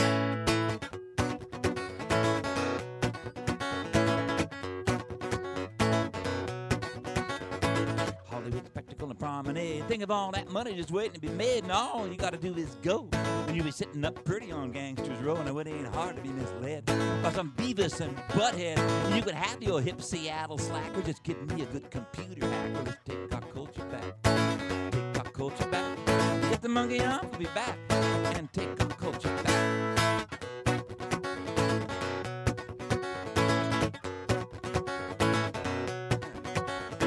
Radio, they got the TV screen, they got the great muddy waters of the mainstream with the dollar bill hitting on every word. You're never gonna get your message heard. Oh, some little buddy with an extra buck can buy a transmitter and try their luck. Pirate airwave democracy, now that seems like a good idea to me. So let's take our culture back. Take our culture back. Get the monkey off of your back and take our culture back.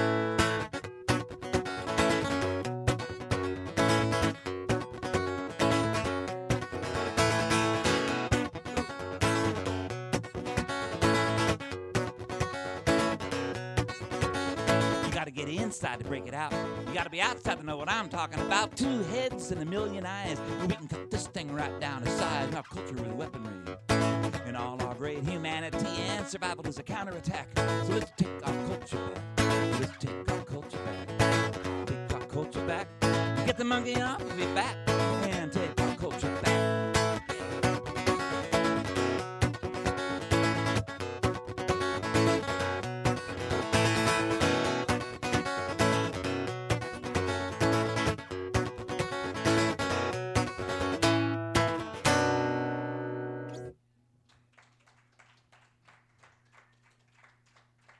Some of them just aren't any longer than they are. You know what I'm saying? That's about it.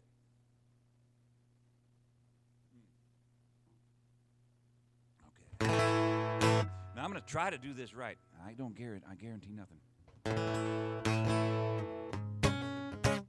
This is for Rick Perry and his friends. You know, I mean, it's getting just downright. Clint, don't leave, because I'm going to do that song for you. What time is it? What time is it? 9:40, 10:40, 9:40, 11:30 in the morning, Tuesday. It's 11:30 in the morning, Tuesday. Okay, good. Okay, good. But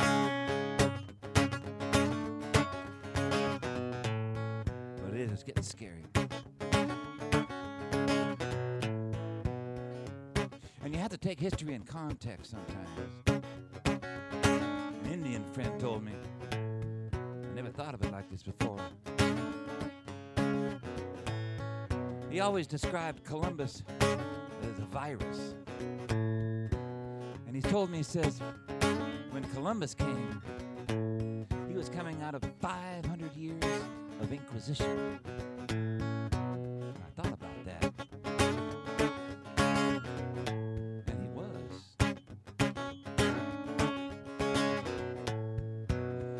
don't need these Puritan seeds. We don't need these Puritan seeds. We don't need these Puritan seeds. We don't need these Puritan seeds. 1,000 years of darkness fell upon the human race. Supernatural architects with a shadowy face. And they put the shoot. It's the guitar part that I'm screwing up.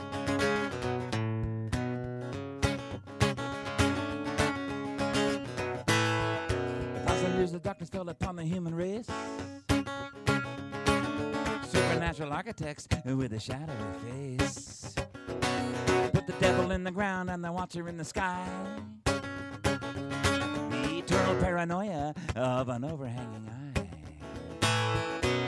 We don't need these Puritan seeds. We don't need these Puritan seeds. Now when they first came to this continent, well, it was foreign to their eyes. So they peopled it with demons that they could recognize. And they killed as many of them as their reason would allow. They say it's all over, but I think about it now. Oh boy. We don't need these Puritan seeds. Look at it. We don't need these Puritan seeds. Fear is such a powerful thing. You can make almost anyone do anything. Fear is such a powerful thing. You can make almost anyone do anything. Almost anything.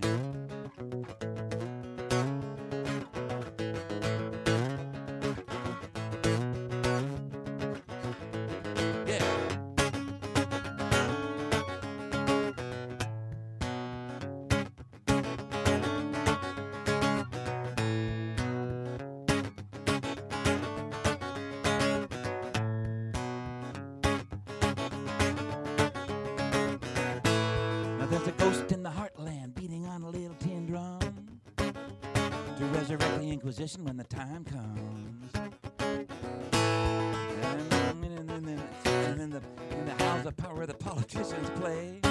Well, there's invisible fingers in the modeling clay. See the strange man calling for the righteous to rise. See the armies of a god with blood in his eyes. We don't need these Puritan seeds. We don't need these Puritan seeds. Fear is such a powerful thing. You can make almost anyone do anything. Fear is such a powerful thing. You can make almost anyone do anything. Almost anything.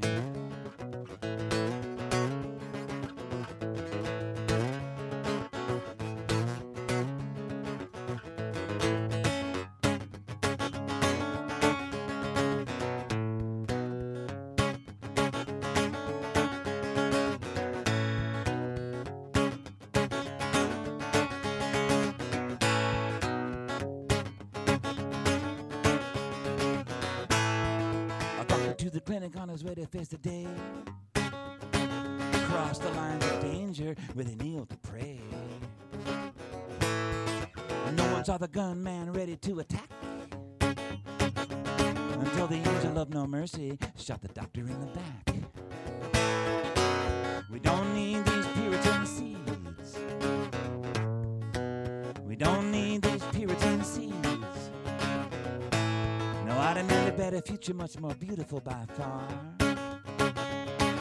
with nothing in between us and the nature that we are. So tear away the skin of shame that ties us to the rack. I demand a better future, and I will never go back. We don't need these Puritan seeds. We don't need these Puritan seeds. Love is such a powerful thing. It can make almost anyone do anything. Love is such a powerful thing. It can make almost anyone do anything. Almost anything.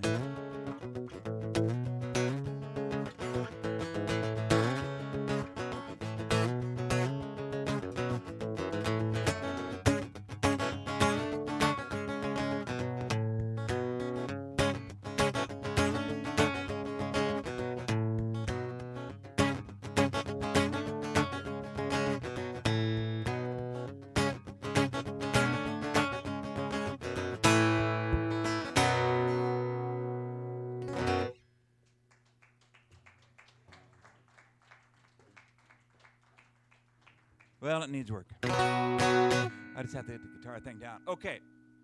Don't go anywhere. I thought to myself, if I could set the Declaration of Independence to music, then I could sing something that even the right wing couldn't tell you to shut up. And it might explain a lot of what we're trying to do these days. Things are changing daily, so I don't know what to say about it, but last time I checked, there was an idea to have like a Declaration Day in Philadelphia. 4th of July, Occupy Philadelphia, occupy, you know, occupy the country, occupy the 4th of July. Which I think is a good idea.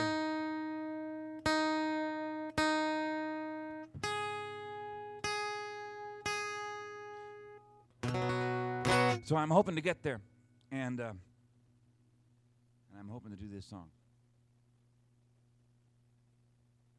I'd like to sing it directly at the Liberty Bell.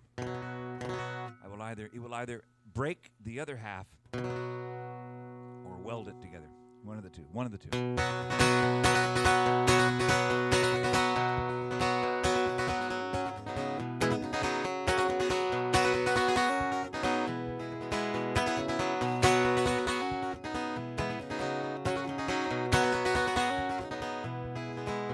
My country has been stolen, I ain't lying down.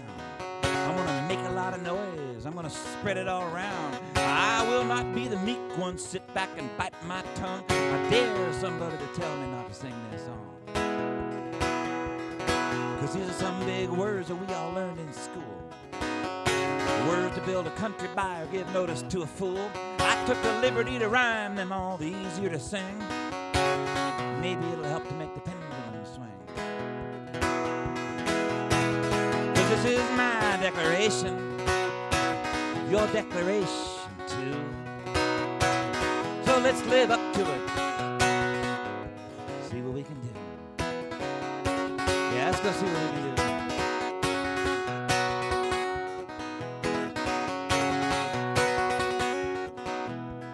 We hold these truths to be self-evident, and that means that everyone can see that we are all created equal. And that means that you are just like me, with certain unalienable rights. And that means that they are ours to keep, like life, liberty, and happiness. Gonna make you want to weep. Now to secure these rights means to our governments. They get their powers from us. They govern by our consent. And should any one of them become destructive to these ends, it is the right of the people to alter or abolish them. Yes, this is my declaration, your declaration too. So let's live up to it, see what we can do.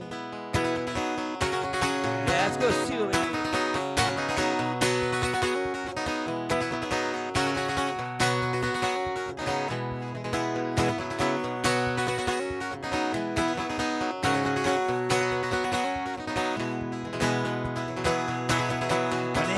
Of human events, the time has finally come. Beware, you bandit government, your race is almost run. These words were written more than 200 years ago.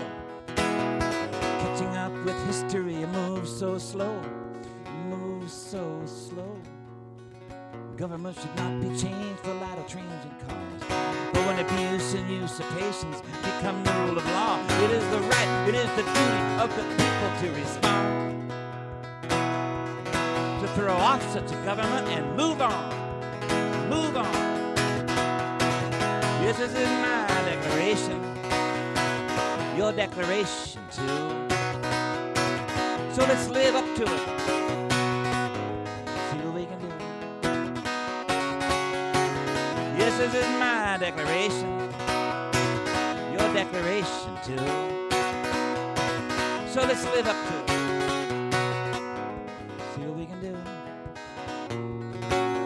Let's go see what we can do.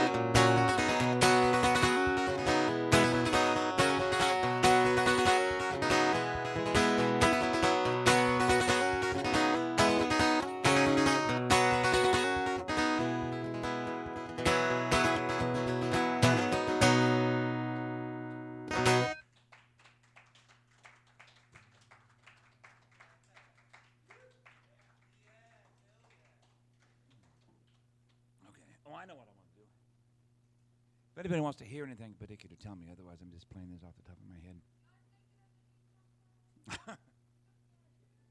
All right.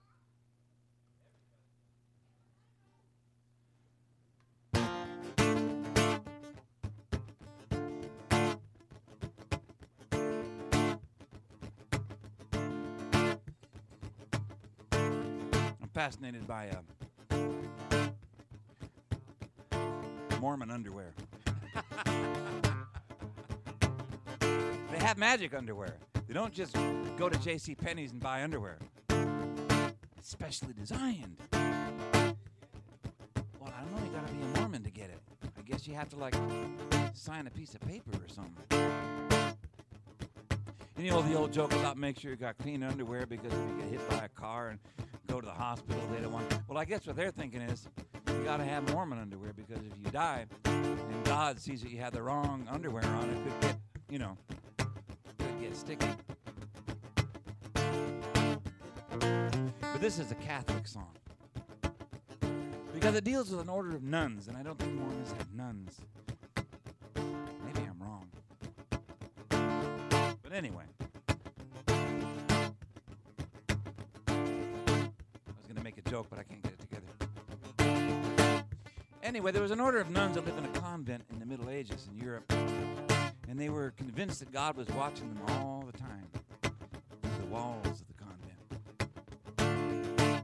And they couldn't take their clothes off in the eyes of God and be naked. That would piss him off.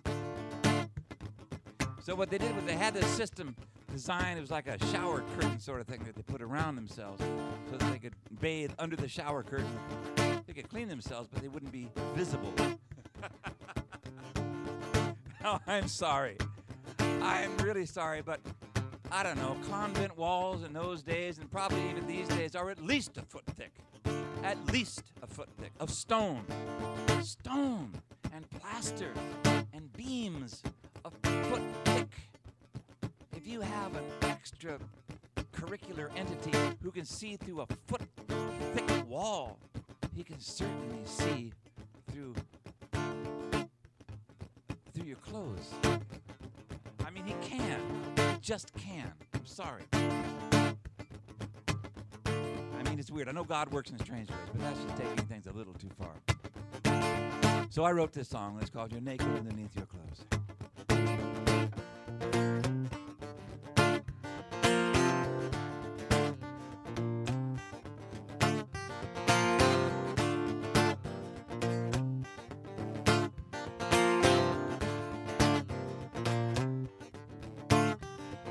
You're naked underneath your clothes. Everybody knows. You're naked underneath your clothes. Everybody knows. You're naked underneath your clothes. Everybody knows. You're naked underneath your clothes. Everybody knows.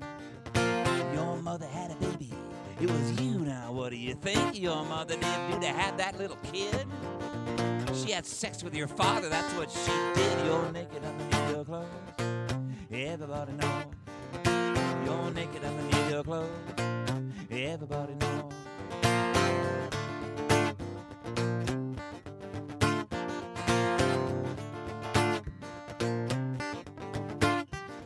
Well, there's a moldy old Bible in the kingdom come, and there in the coffin was the bathtub nun. She'd like to get clean, but you don't know how, 'cause God might see her through the wall somehow. You're naked underneath your clothes. Everybody knows. You're naked underneath your clothes. Everybody knows. So get with it. Get real. Look in the mirror. Tell me, how do you feel? You got an animal face, flesh and bone. Do you really want to spend your life alone? You're naked underneath your clothes. Everybody knows. You're naked underneath your clothes. Everybody knows.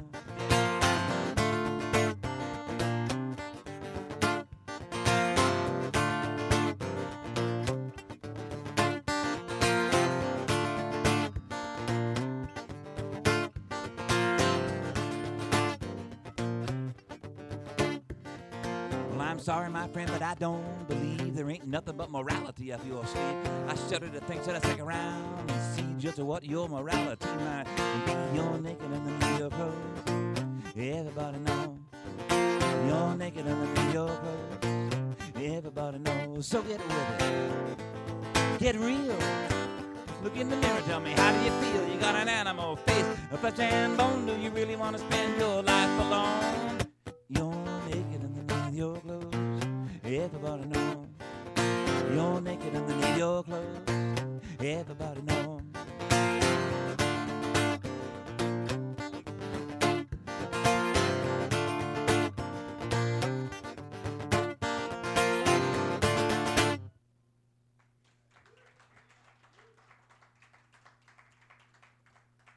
I had a rock and roll band way back when, and that was a band song because you filled out all the, because there's not much to it. You filled out all the other parts with what the band did.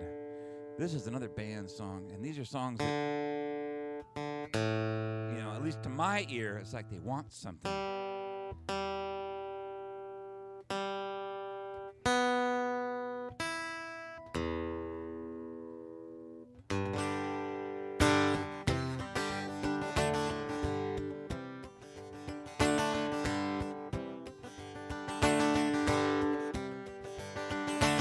Walk on fire, face to flames.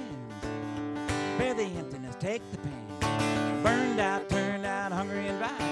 Give it that long time, look in your eyes. Survive. You survive. Survivor. Surviving the pain. Surviving the rage. From out of the darkness. The wind and the rain. Poison thoughts and poison words that pick upon your brains like birds. Your skeleton, your threadbare bones, a naked angel on a tombstone. You'll survive. Survive. You'll survive. Surviving the rage. Surviving the pain. From out of the darkness. The wind and the rain.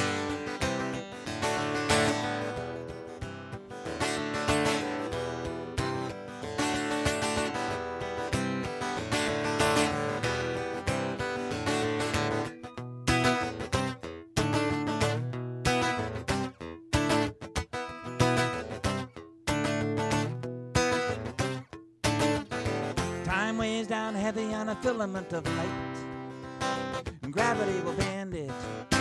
Your eyes will perceive. There's a million different ways to see a vision in your sight, and how you comprehend it is the way that you believe.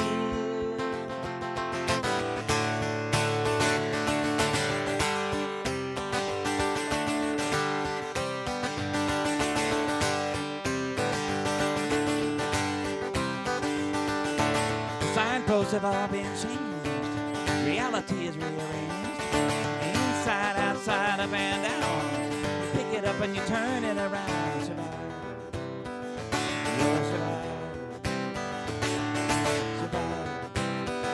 Surviving the rage. Surviving the pain. From out of the darkness. The wind and the rain.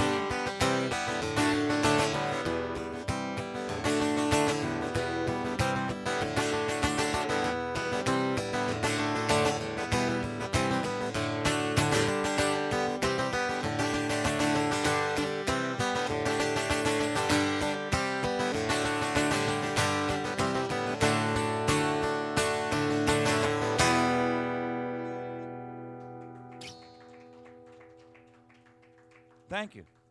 Okay,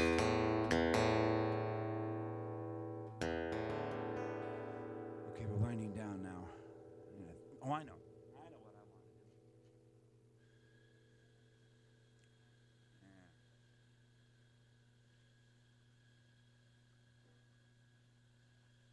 Yeah. This is an old Willie McTell song. At least that's how I always understood it.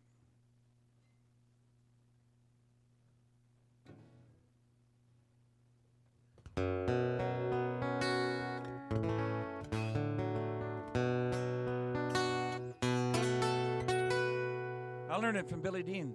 Billy Dean Andrews way back in those days. And I've been playing it ever since.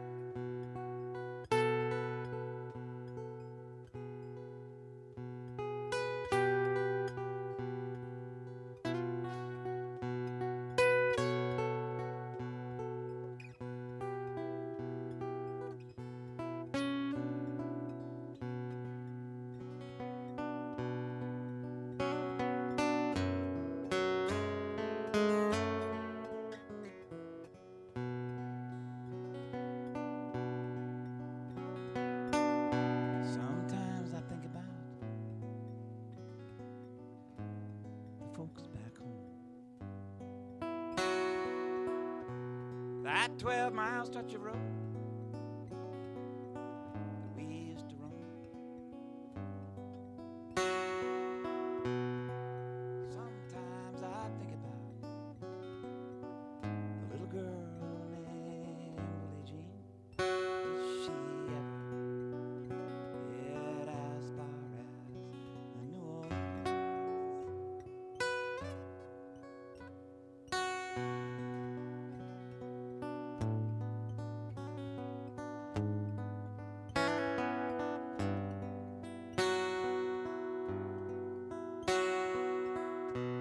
We used to walk hand in hand down by the riverbank, drink hot water from an old railway tank. Oh God, it was easy then to make her feel just like a queen. Did she ever get as far as New Orleans?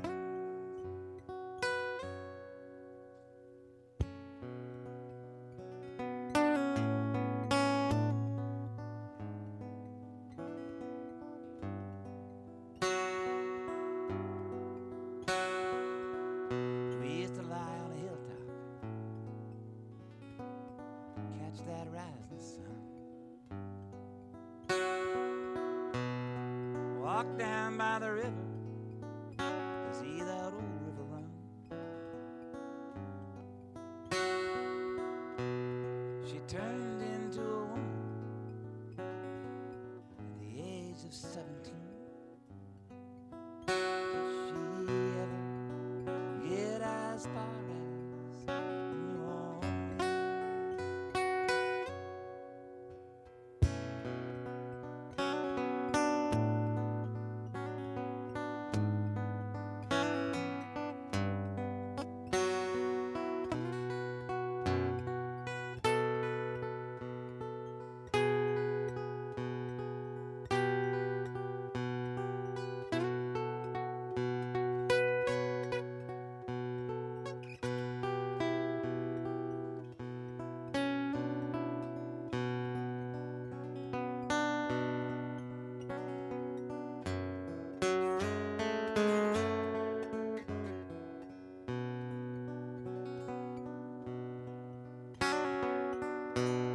My mama used to tell me, she said, son, don't you ever come to harm.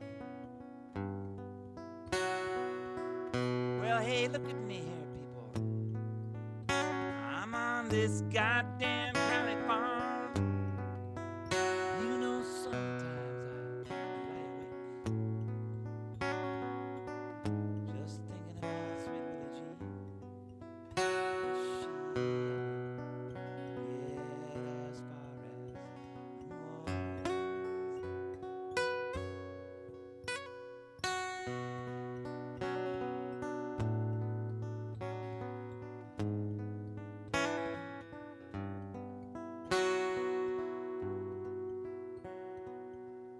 Sometimes I think about the folks back home, and I wonder, do they miss me, or even think of me since I've been on the road, man? Sometimes I think about a little girl named Billie Jean. Did she ever get as far as New Orleans?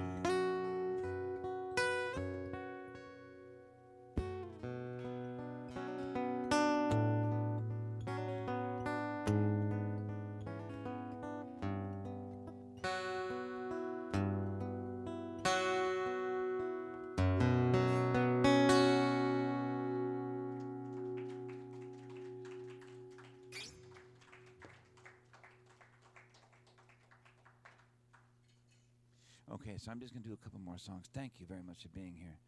The first one is, I just think it's something to think about these days as we go forward. It's a song, is a song that I made out of some of the letters that Rachel Corey wrote home to her parents. Rachel was a student at Evergreen State College in Olympia, and she went to Palestine. She was in Rafah in Palestine. She was a part of the International Solidarity Movement, the ISM, and she was in solidarity with the Palestinian people who are basically being disappeared, or there are forces that would like to disappear them from the world anyway. She was standing in between a bulldozer, an Israeli army militarized bulldozer made by Caterpillar Tractor here in America, thank you very much, in between the bulldozer and the house of a pharmacist. And she was wearing a bright orange vest that you could see for miles. I have one to ride my bicycle with for safety, because you can see it for miles. She was wearing that vest, and she was shouting through a bullhorn at the Caterpillar Tractor driver, and the Caterpillar Tractor ran her over. When I was in Denver, not too long afterwards, I met a young woman with a shaven head. Her hair was starting to come back slowly but surely. She was maybe 23 years old, something like that. Her name was Anne, I believe. And she was a political street medic. And she was there when Rachel was run over. She held Rachel in her arms as she died. And what's interesting is that the medic, Anne, was trained by a guy named Ron Rosen. That's what she told me. She told me this. Ron Rosen was one of the Vietnam veterans against the war medics who went to Wounded Knee in South Dakota in 1973 and stayed the whole time. Okay, there were like 5 of them, and he was one of them. And ever since then, he has devoted his life, Ron has, to, I don't know what he's doing now. I haven't seen him in about 10 years, but he has devoted the major part of his life to participating in these actions, these demonstrations, and training medics. He participates as a medic, and he trains other medics, and he trained Anne, and Anne was there when Rachel was killed. So the song is called "I'd Rather Be Dancing," and it's there was a line that Rachel wrote home where she explained how sad the conditions there made her feel. And that, and then she said, "I would rather be dancing to Pat Benatar. But until I feel that I've made a positive difference in these people's lives, I'm going to keep doing this." So that became the through line of the song.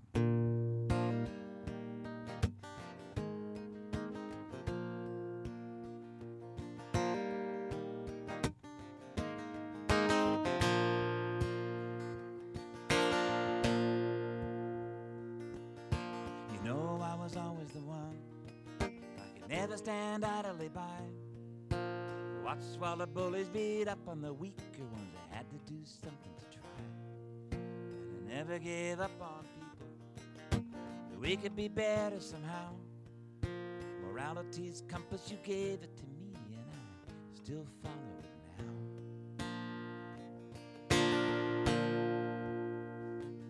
now. Well, I couldn't stop thinking about it. No, I couldn't get it out of my mind. The pictures, the stories, the plight of the people in occupied Palestine, and how my government makes me complicit with the political aid that they send.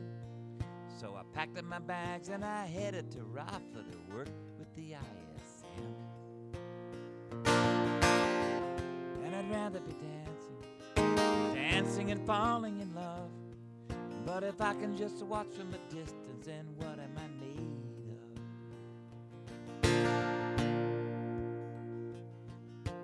Mama, these people are so good to me. They treat me like a one of their own. They feed me and see to my needs, and let me sleep in their homes. And Papa, their lives are so hard. The gunshots every night, the roadblocks, the strip searches, humiliations. Papa, it just isn't right.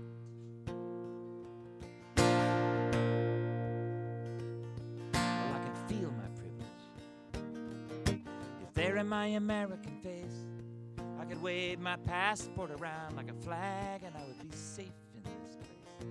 For these child soldiers of Israel, they look like the boys back home. And if it wasn't for American money, they'd have to leave these people alone. And I'd rather be dancing to patch and a tar. Oh, but somebody has to do something about it. And here we are.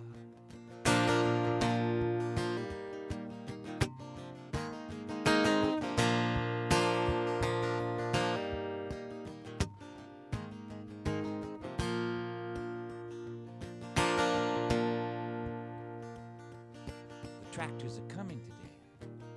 They're like tanks with bulldozer blades. The name on the side says Caterpillar, and that means they're American made. Well, I am American too, and I'll be where everybody can see. So if they want to run over those houses today, they're gonna have to run over me.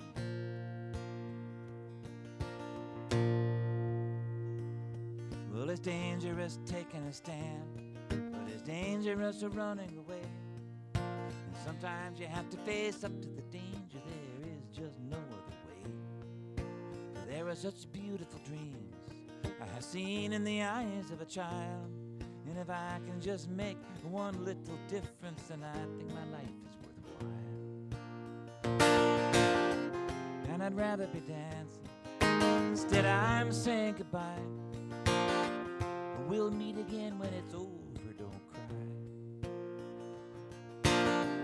And I'd rather be dancing. Surely we'd all rather be. Someday we'll dance in the world that's peaceful and free.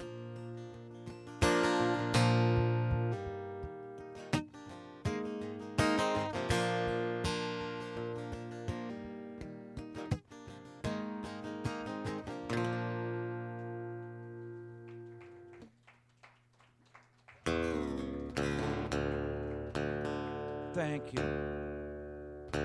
I'm going to go ahead and take it upon myself to end with this. It just kind of makes sense. And again, I hope I can do it right. We'll see.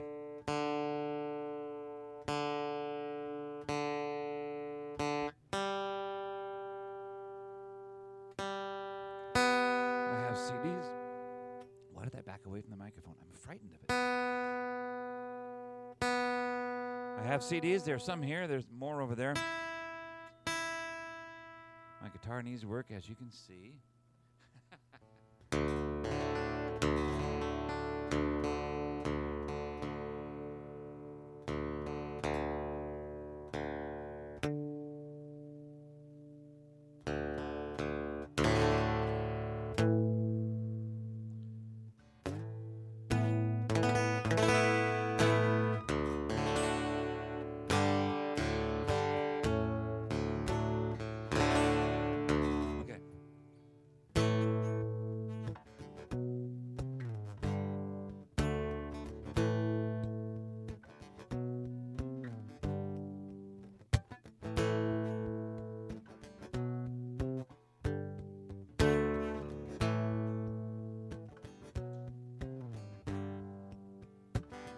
Four winds, seven seas, relative humanities. Everywhere I look, I see someone looking back at me. Nation states and borderlines, divided states of mind. Politics comes to blows, and everybody wants to know whose world is this?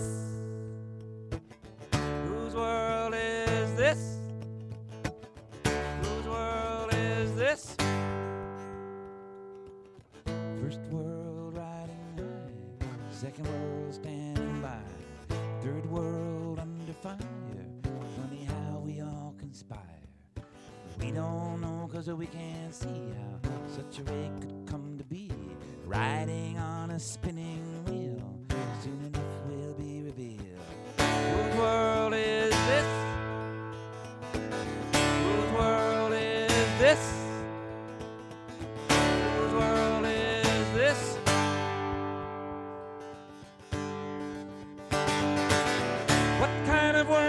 Children receive after all is said and done. What kind of creed have we come to believe that they may never receive one?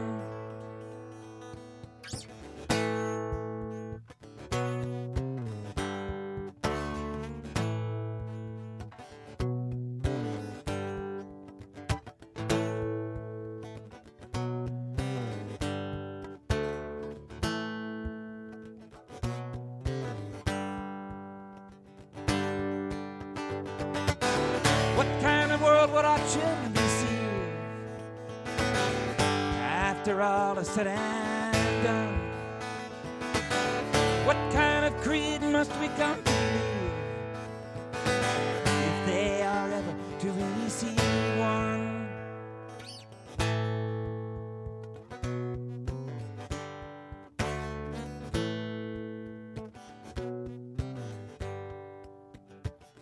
Four winds, seven seas, relative humanities. Everywhere I look, I see someone looking back at me.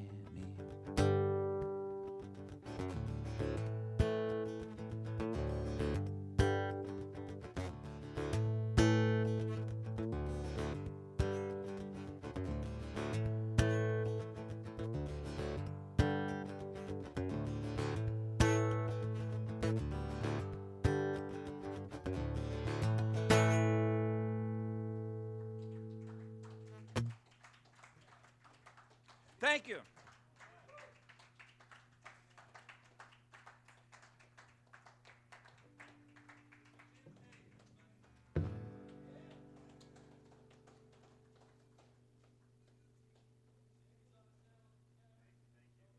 Good to see you, man. Yeah, good to see you. About almost 10 years ago. I know. Yeah, yeah, yeah. You and Ernest. And eyes around the neighborhood. But anyway, That's right. that's what it was. Yeah, no, I know. Went in and I spoke to the principal. Hey, you guys, No, that was important stuff too. you guys came back and said, and Ahmed,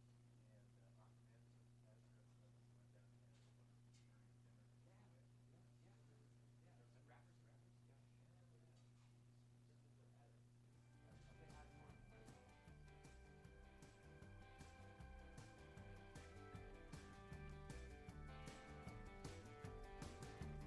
Lord, I'm going uptown to the Harlem River to drown.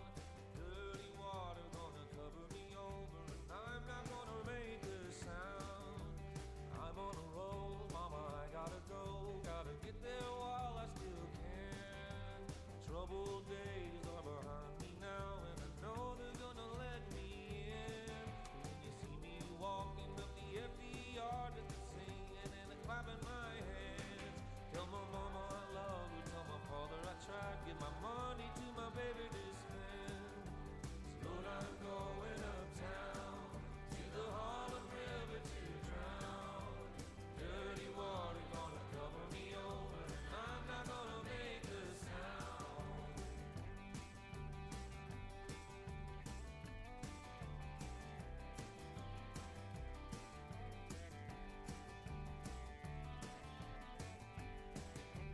Good times come and they go. Even a good man will break.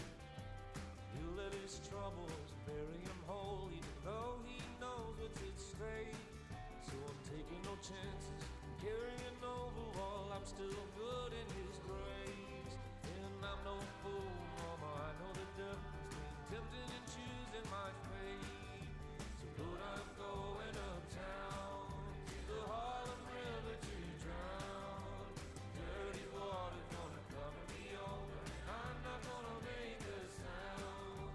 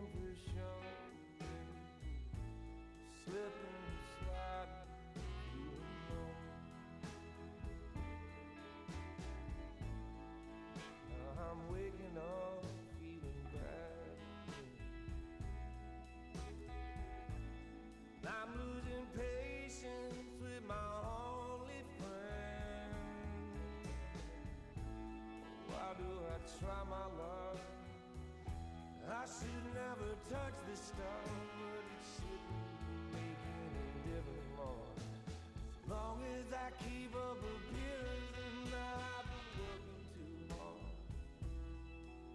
I need some time at home, slipping and sliding, feeling wrong.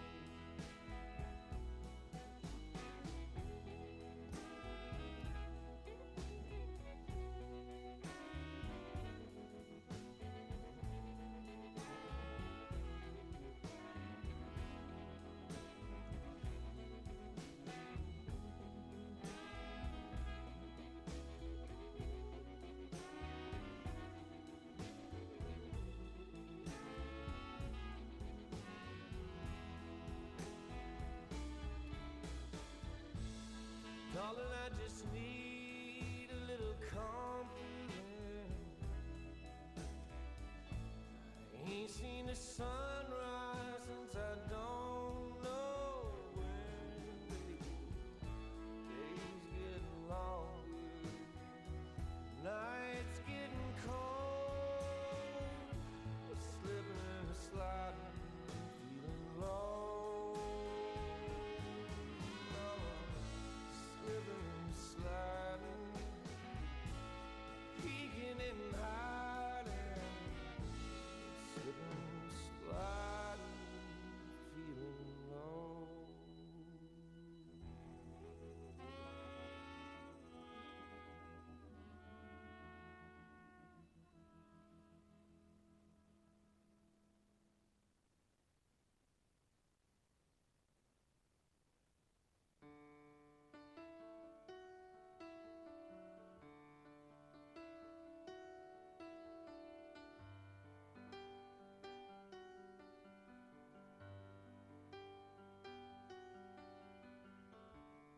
This town's dead tonight. I got no place to be. The moon is hung just right, shine like diamonds on the street. Red line wine with lonesome is cutting clean through my heart. In my window smoking while the midnight's setting in on Rogers Park.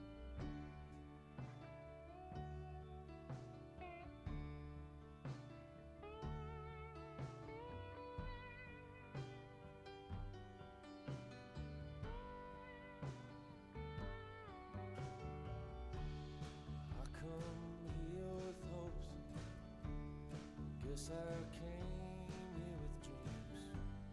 Now I'm all alone. I can't even get to sleep. So take my heart and break it in. Send me back to the pines. I'm tired of lying awake at night. Feel like I'm running out of time. See my dreams. Shadows on the wall, I ain't got no place I can fall.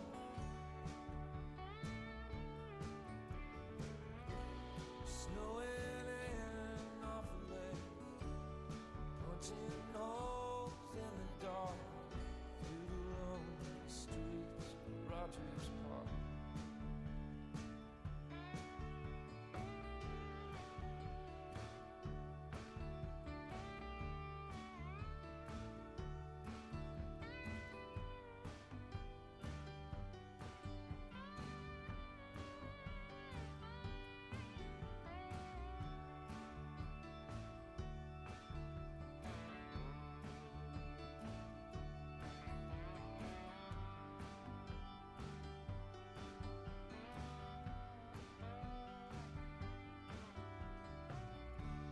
Shadow boys are banging at night. Hear 'em down in the streets. Corner girls are waiting for someone to take 'em off for keeps. Ain't no hope in leaving them. Ain't no prayer for the poor. And all's lost in stealing them. She can't hold me anymore.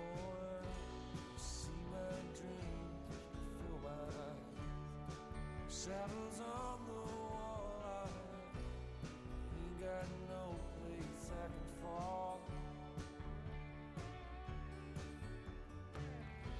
Snowing in off the lake, punching holes in the dark, through the lonely streets of Rogers Park, off through the lonely streets of Rogers Park.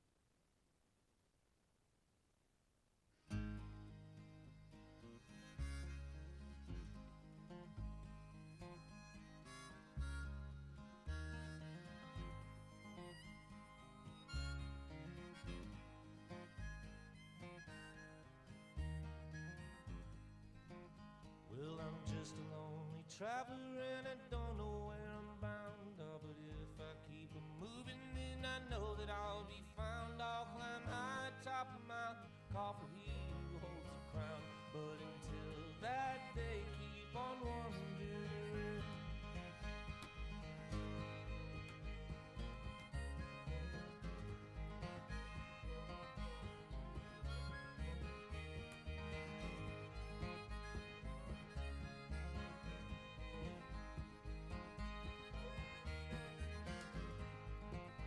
Well, now in this world of wonders, there are things a man must see.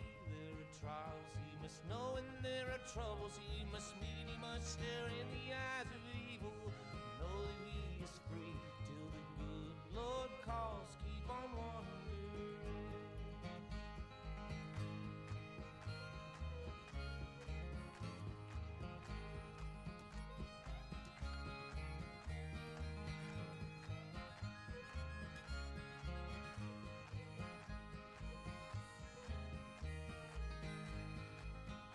Now my father was a traveler and my mama stayed at home, and she cried the day that he walked out and left us on our own. Now I'm older than he was when I was born, and I don't know which way is home, so I'm wondering.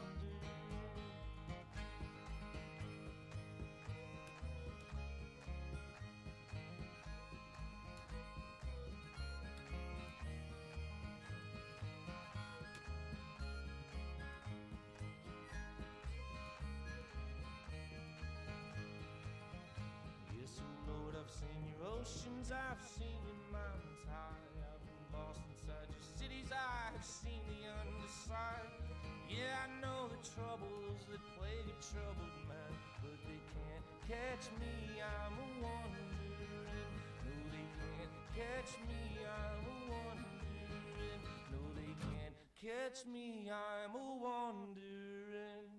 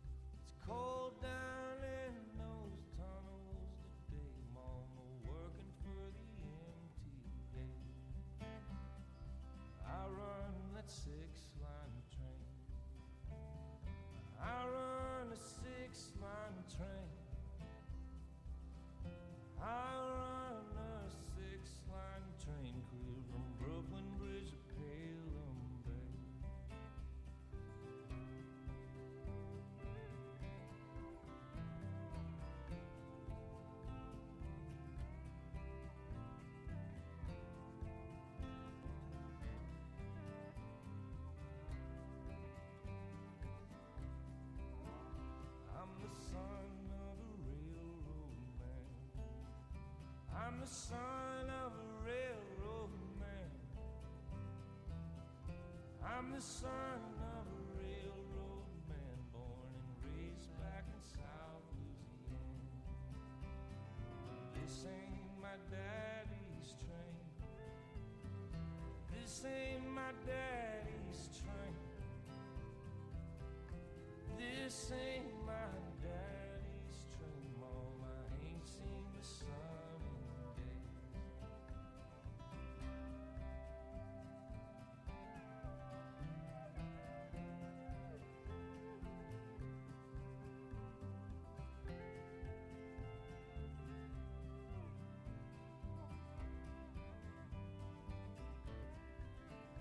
Yeah, them hard times are going around. Hard times are going around. Hard times are going around, bringing hard luck on New York town. But I'm banking on the AT, banking on the AT. I'm banking on the AT, brother Georgie's gonna see me through.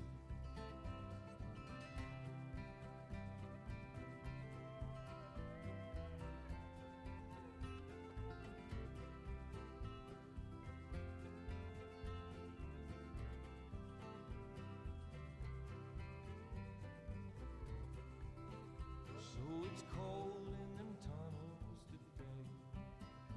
Well, it's cold in the tunnels today, baby. It's cold in those tunnels today, Mama, working for the MTA. Yeah, I'm working for the MTA.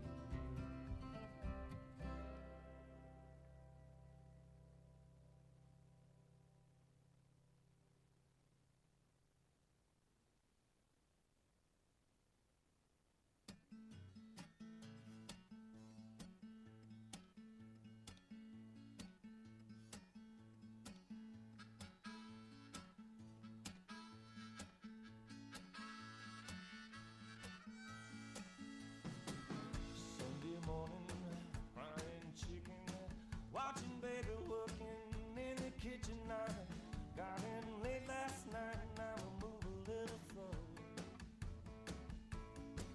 I ain't waiting on nothing, I just got nowhere to go.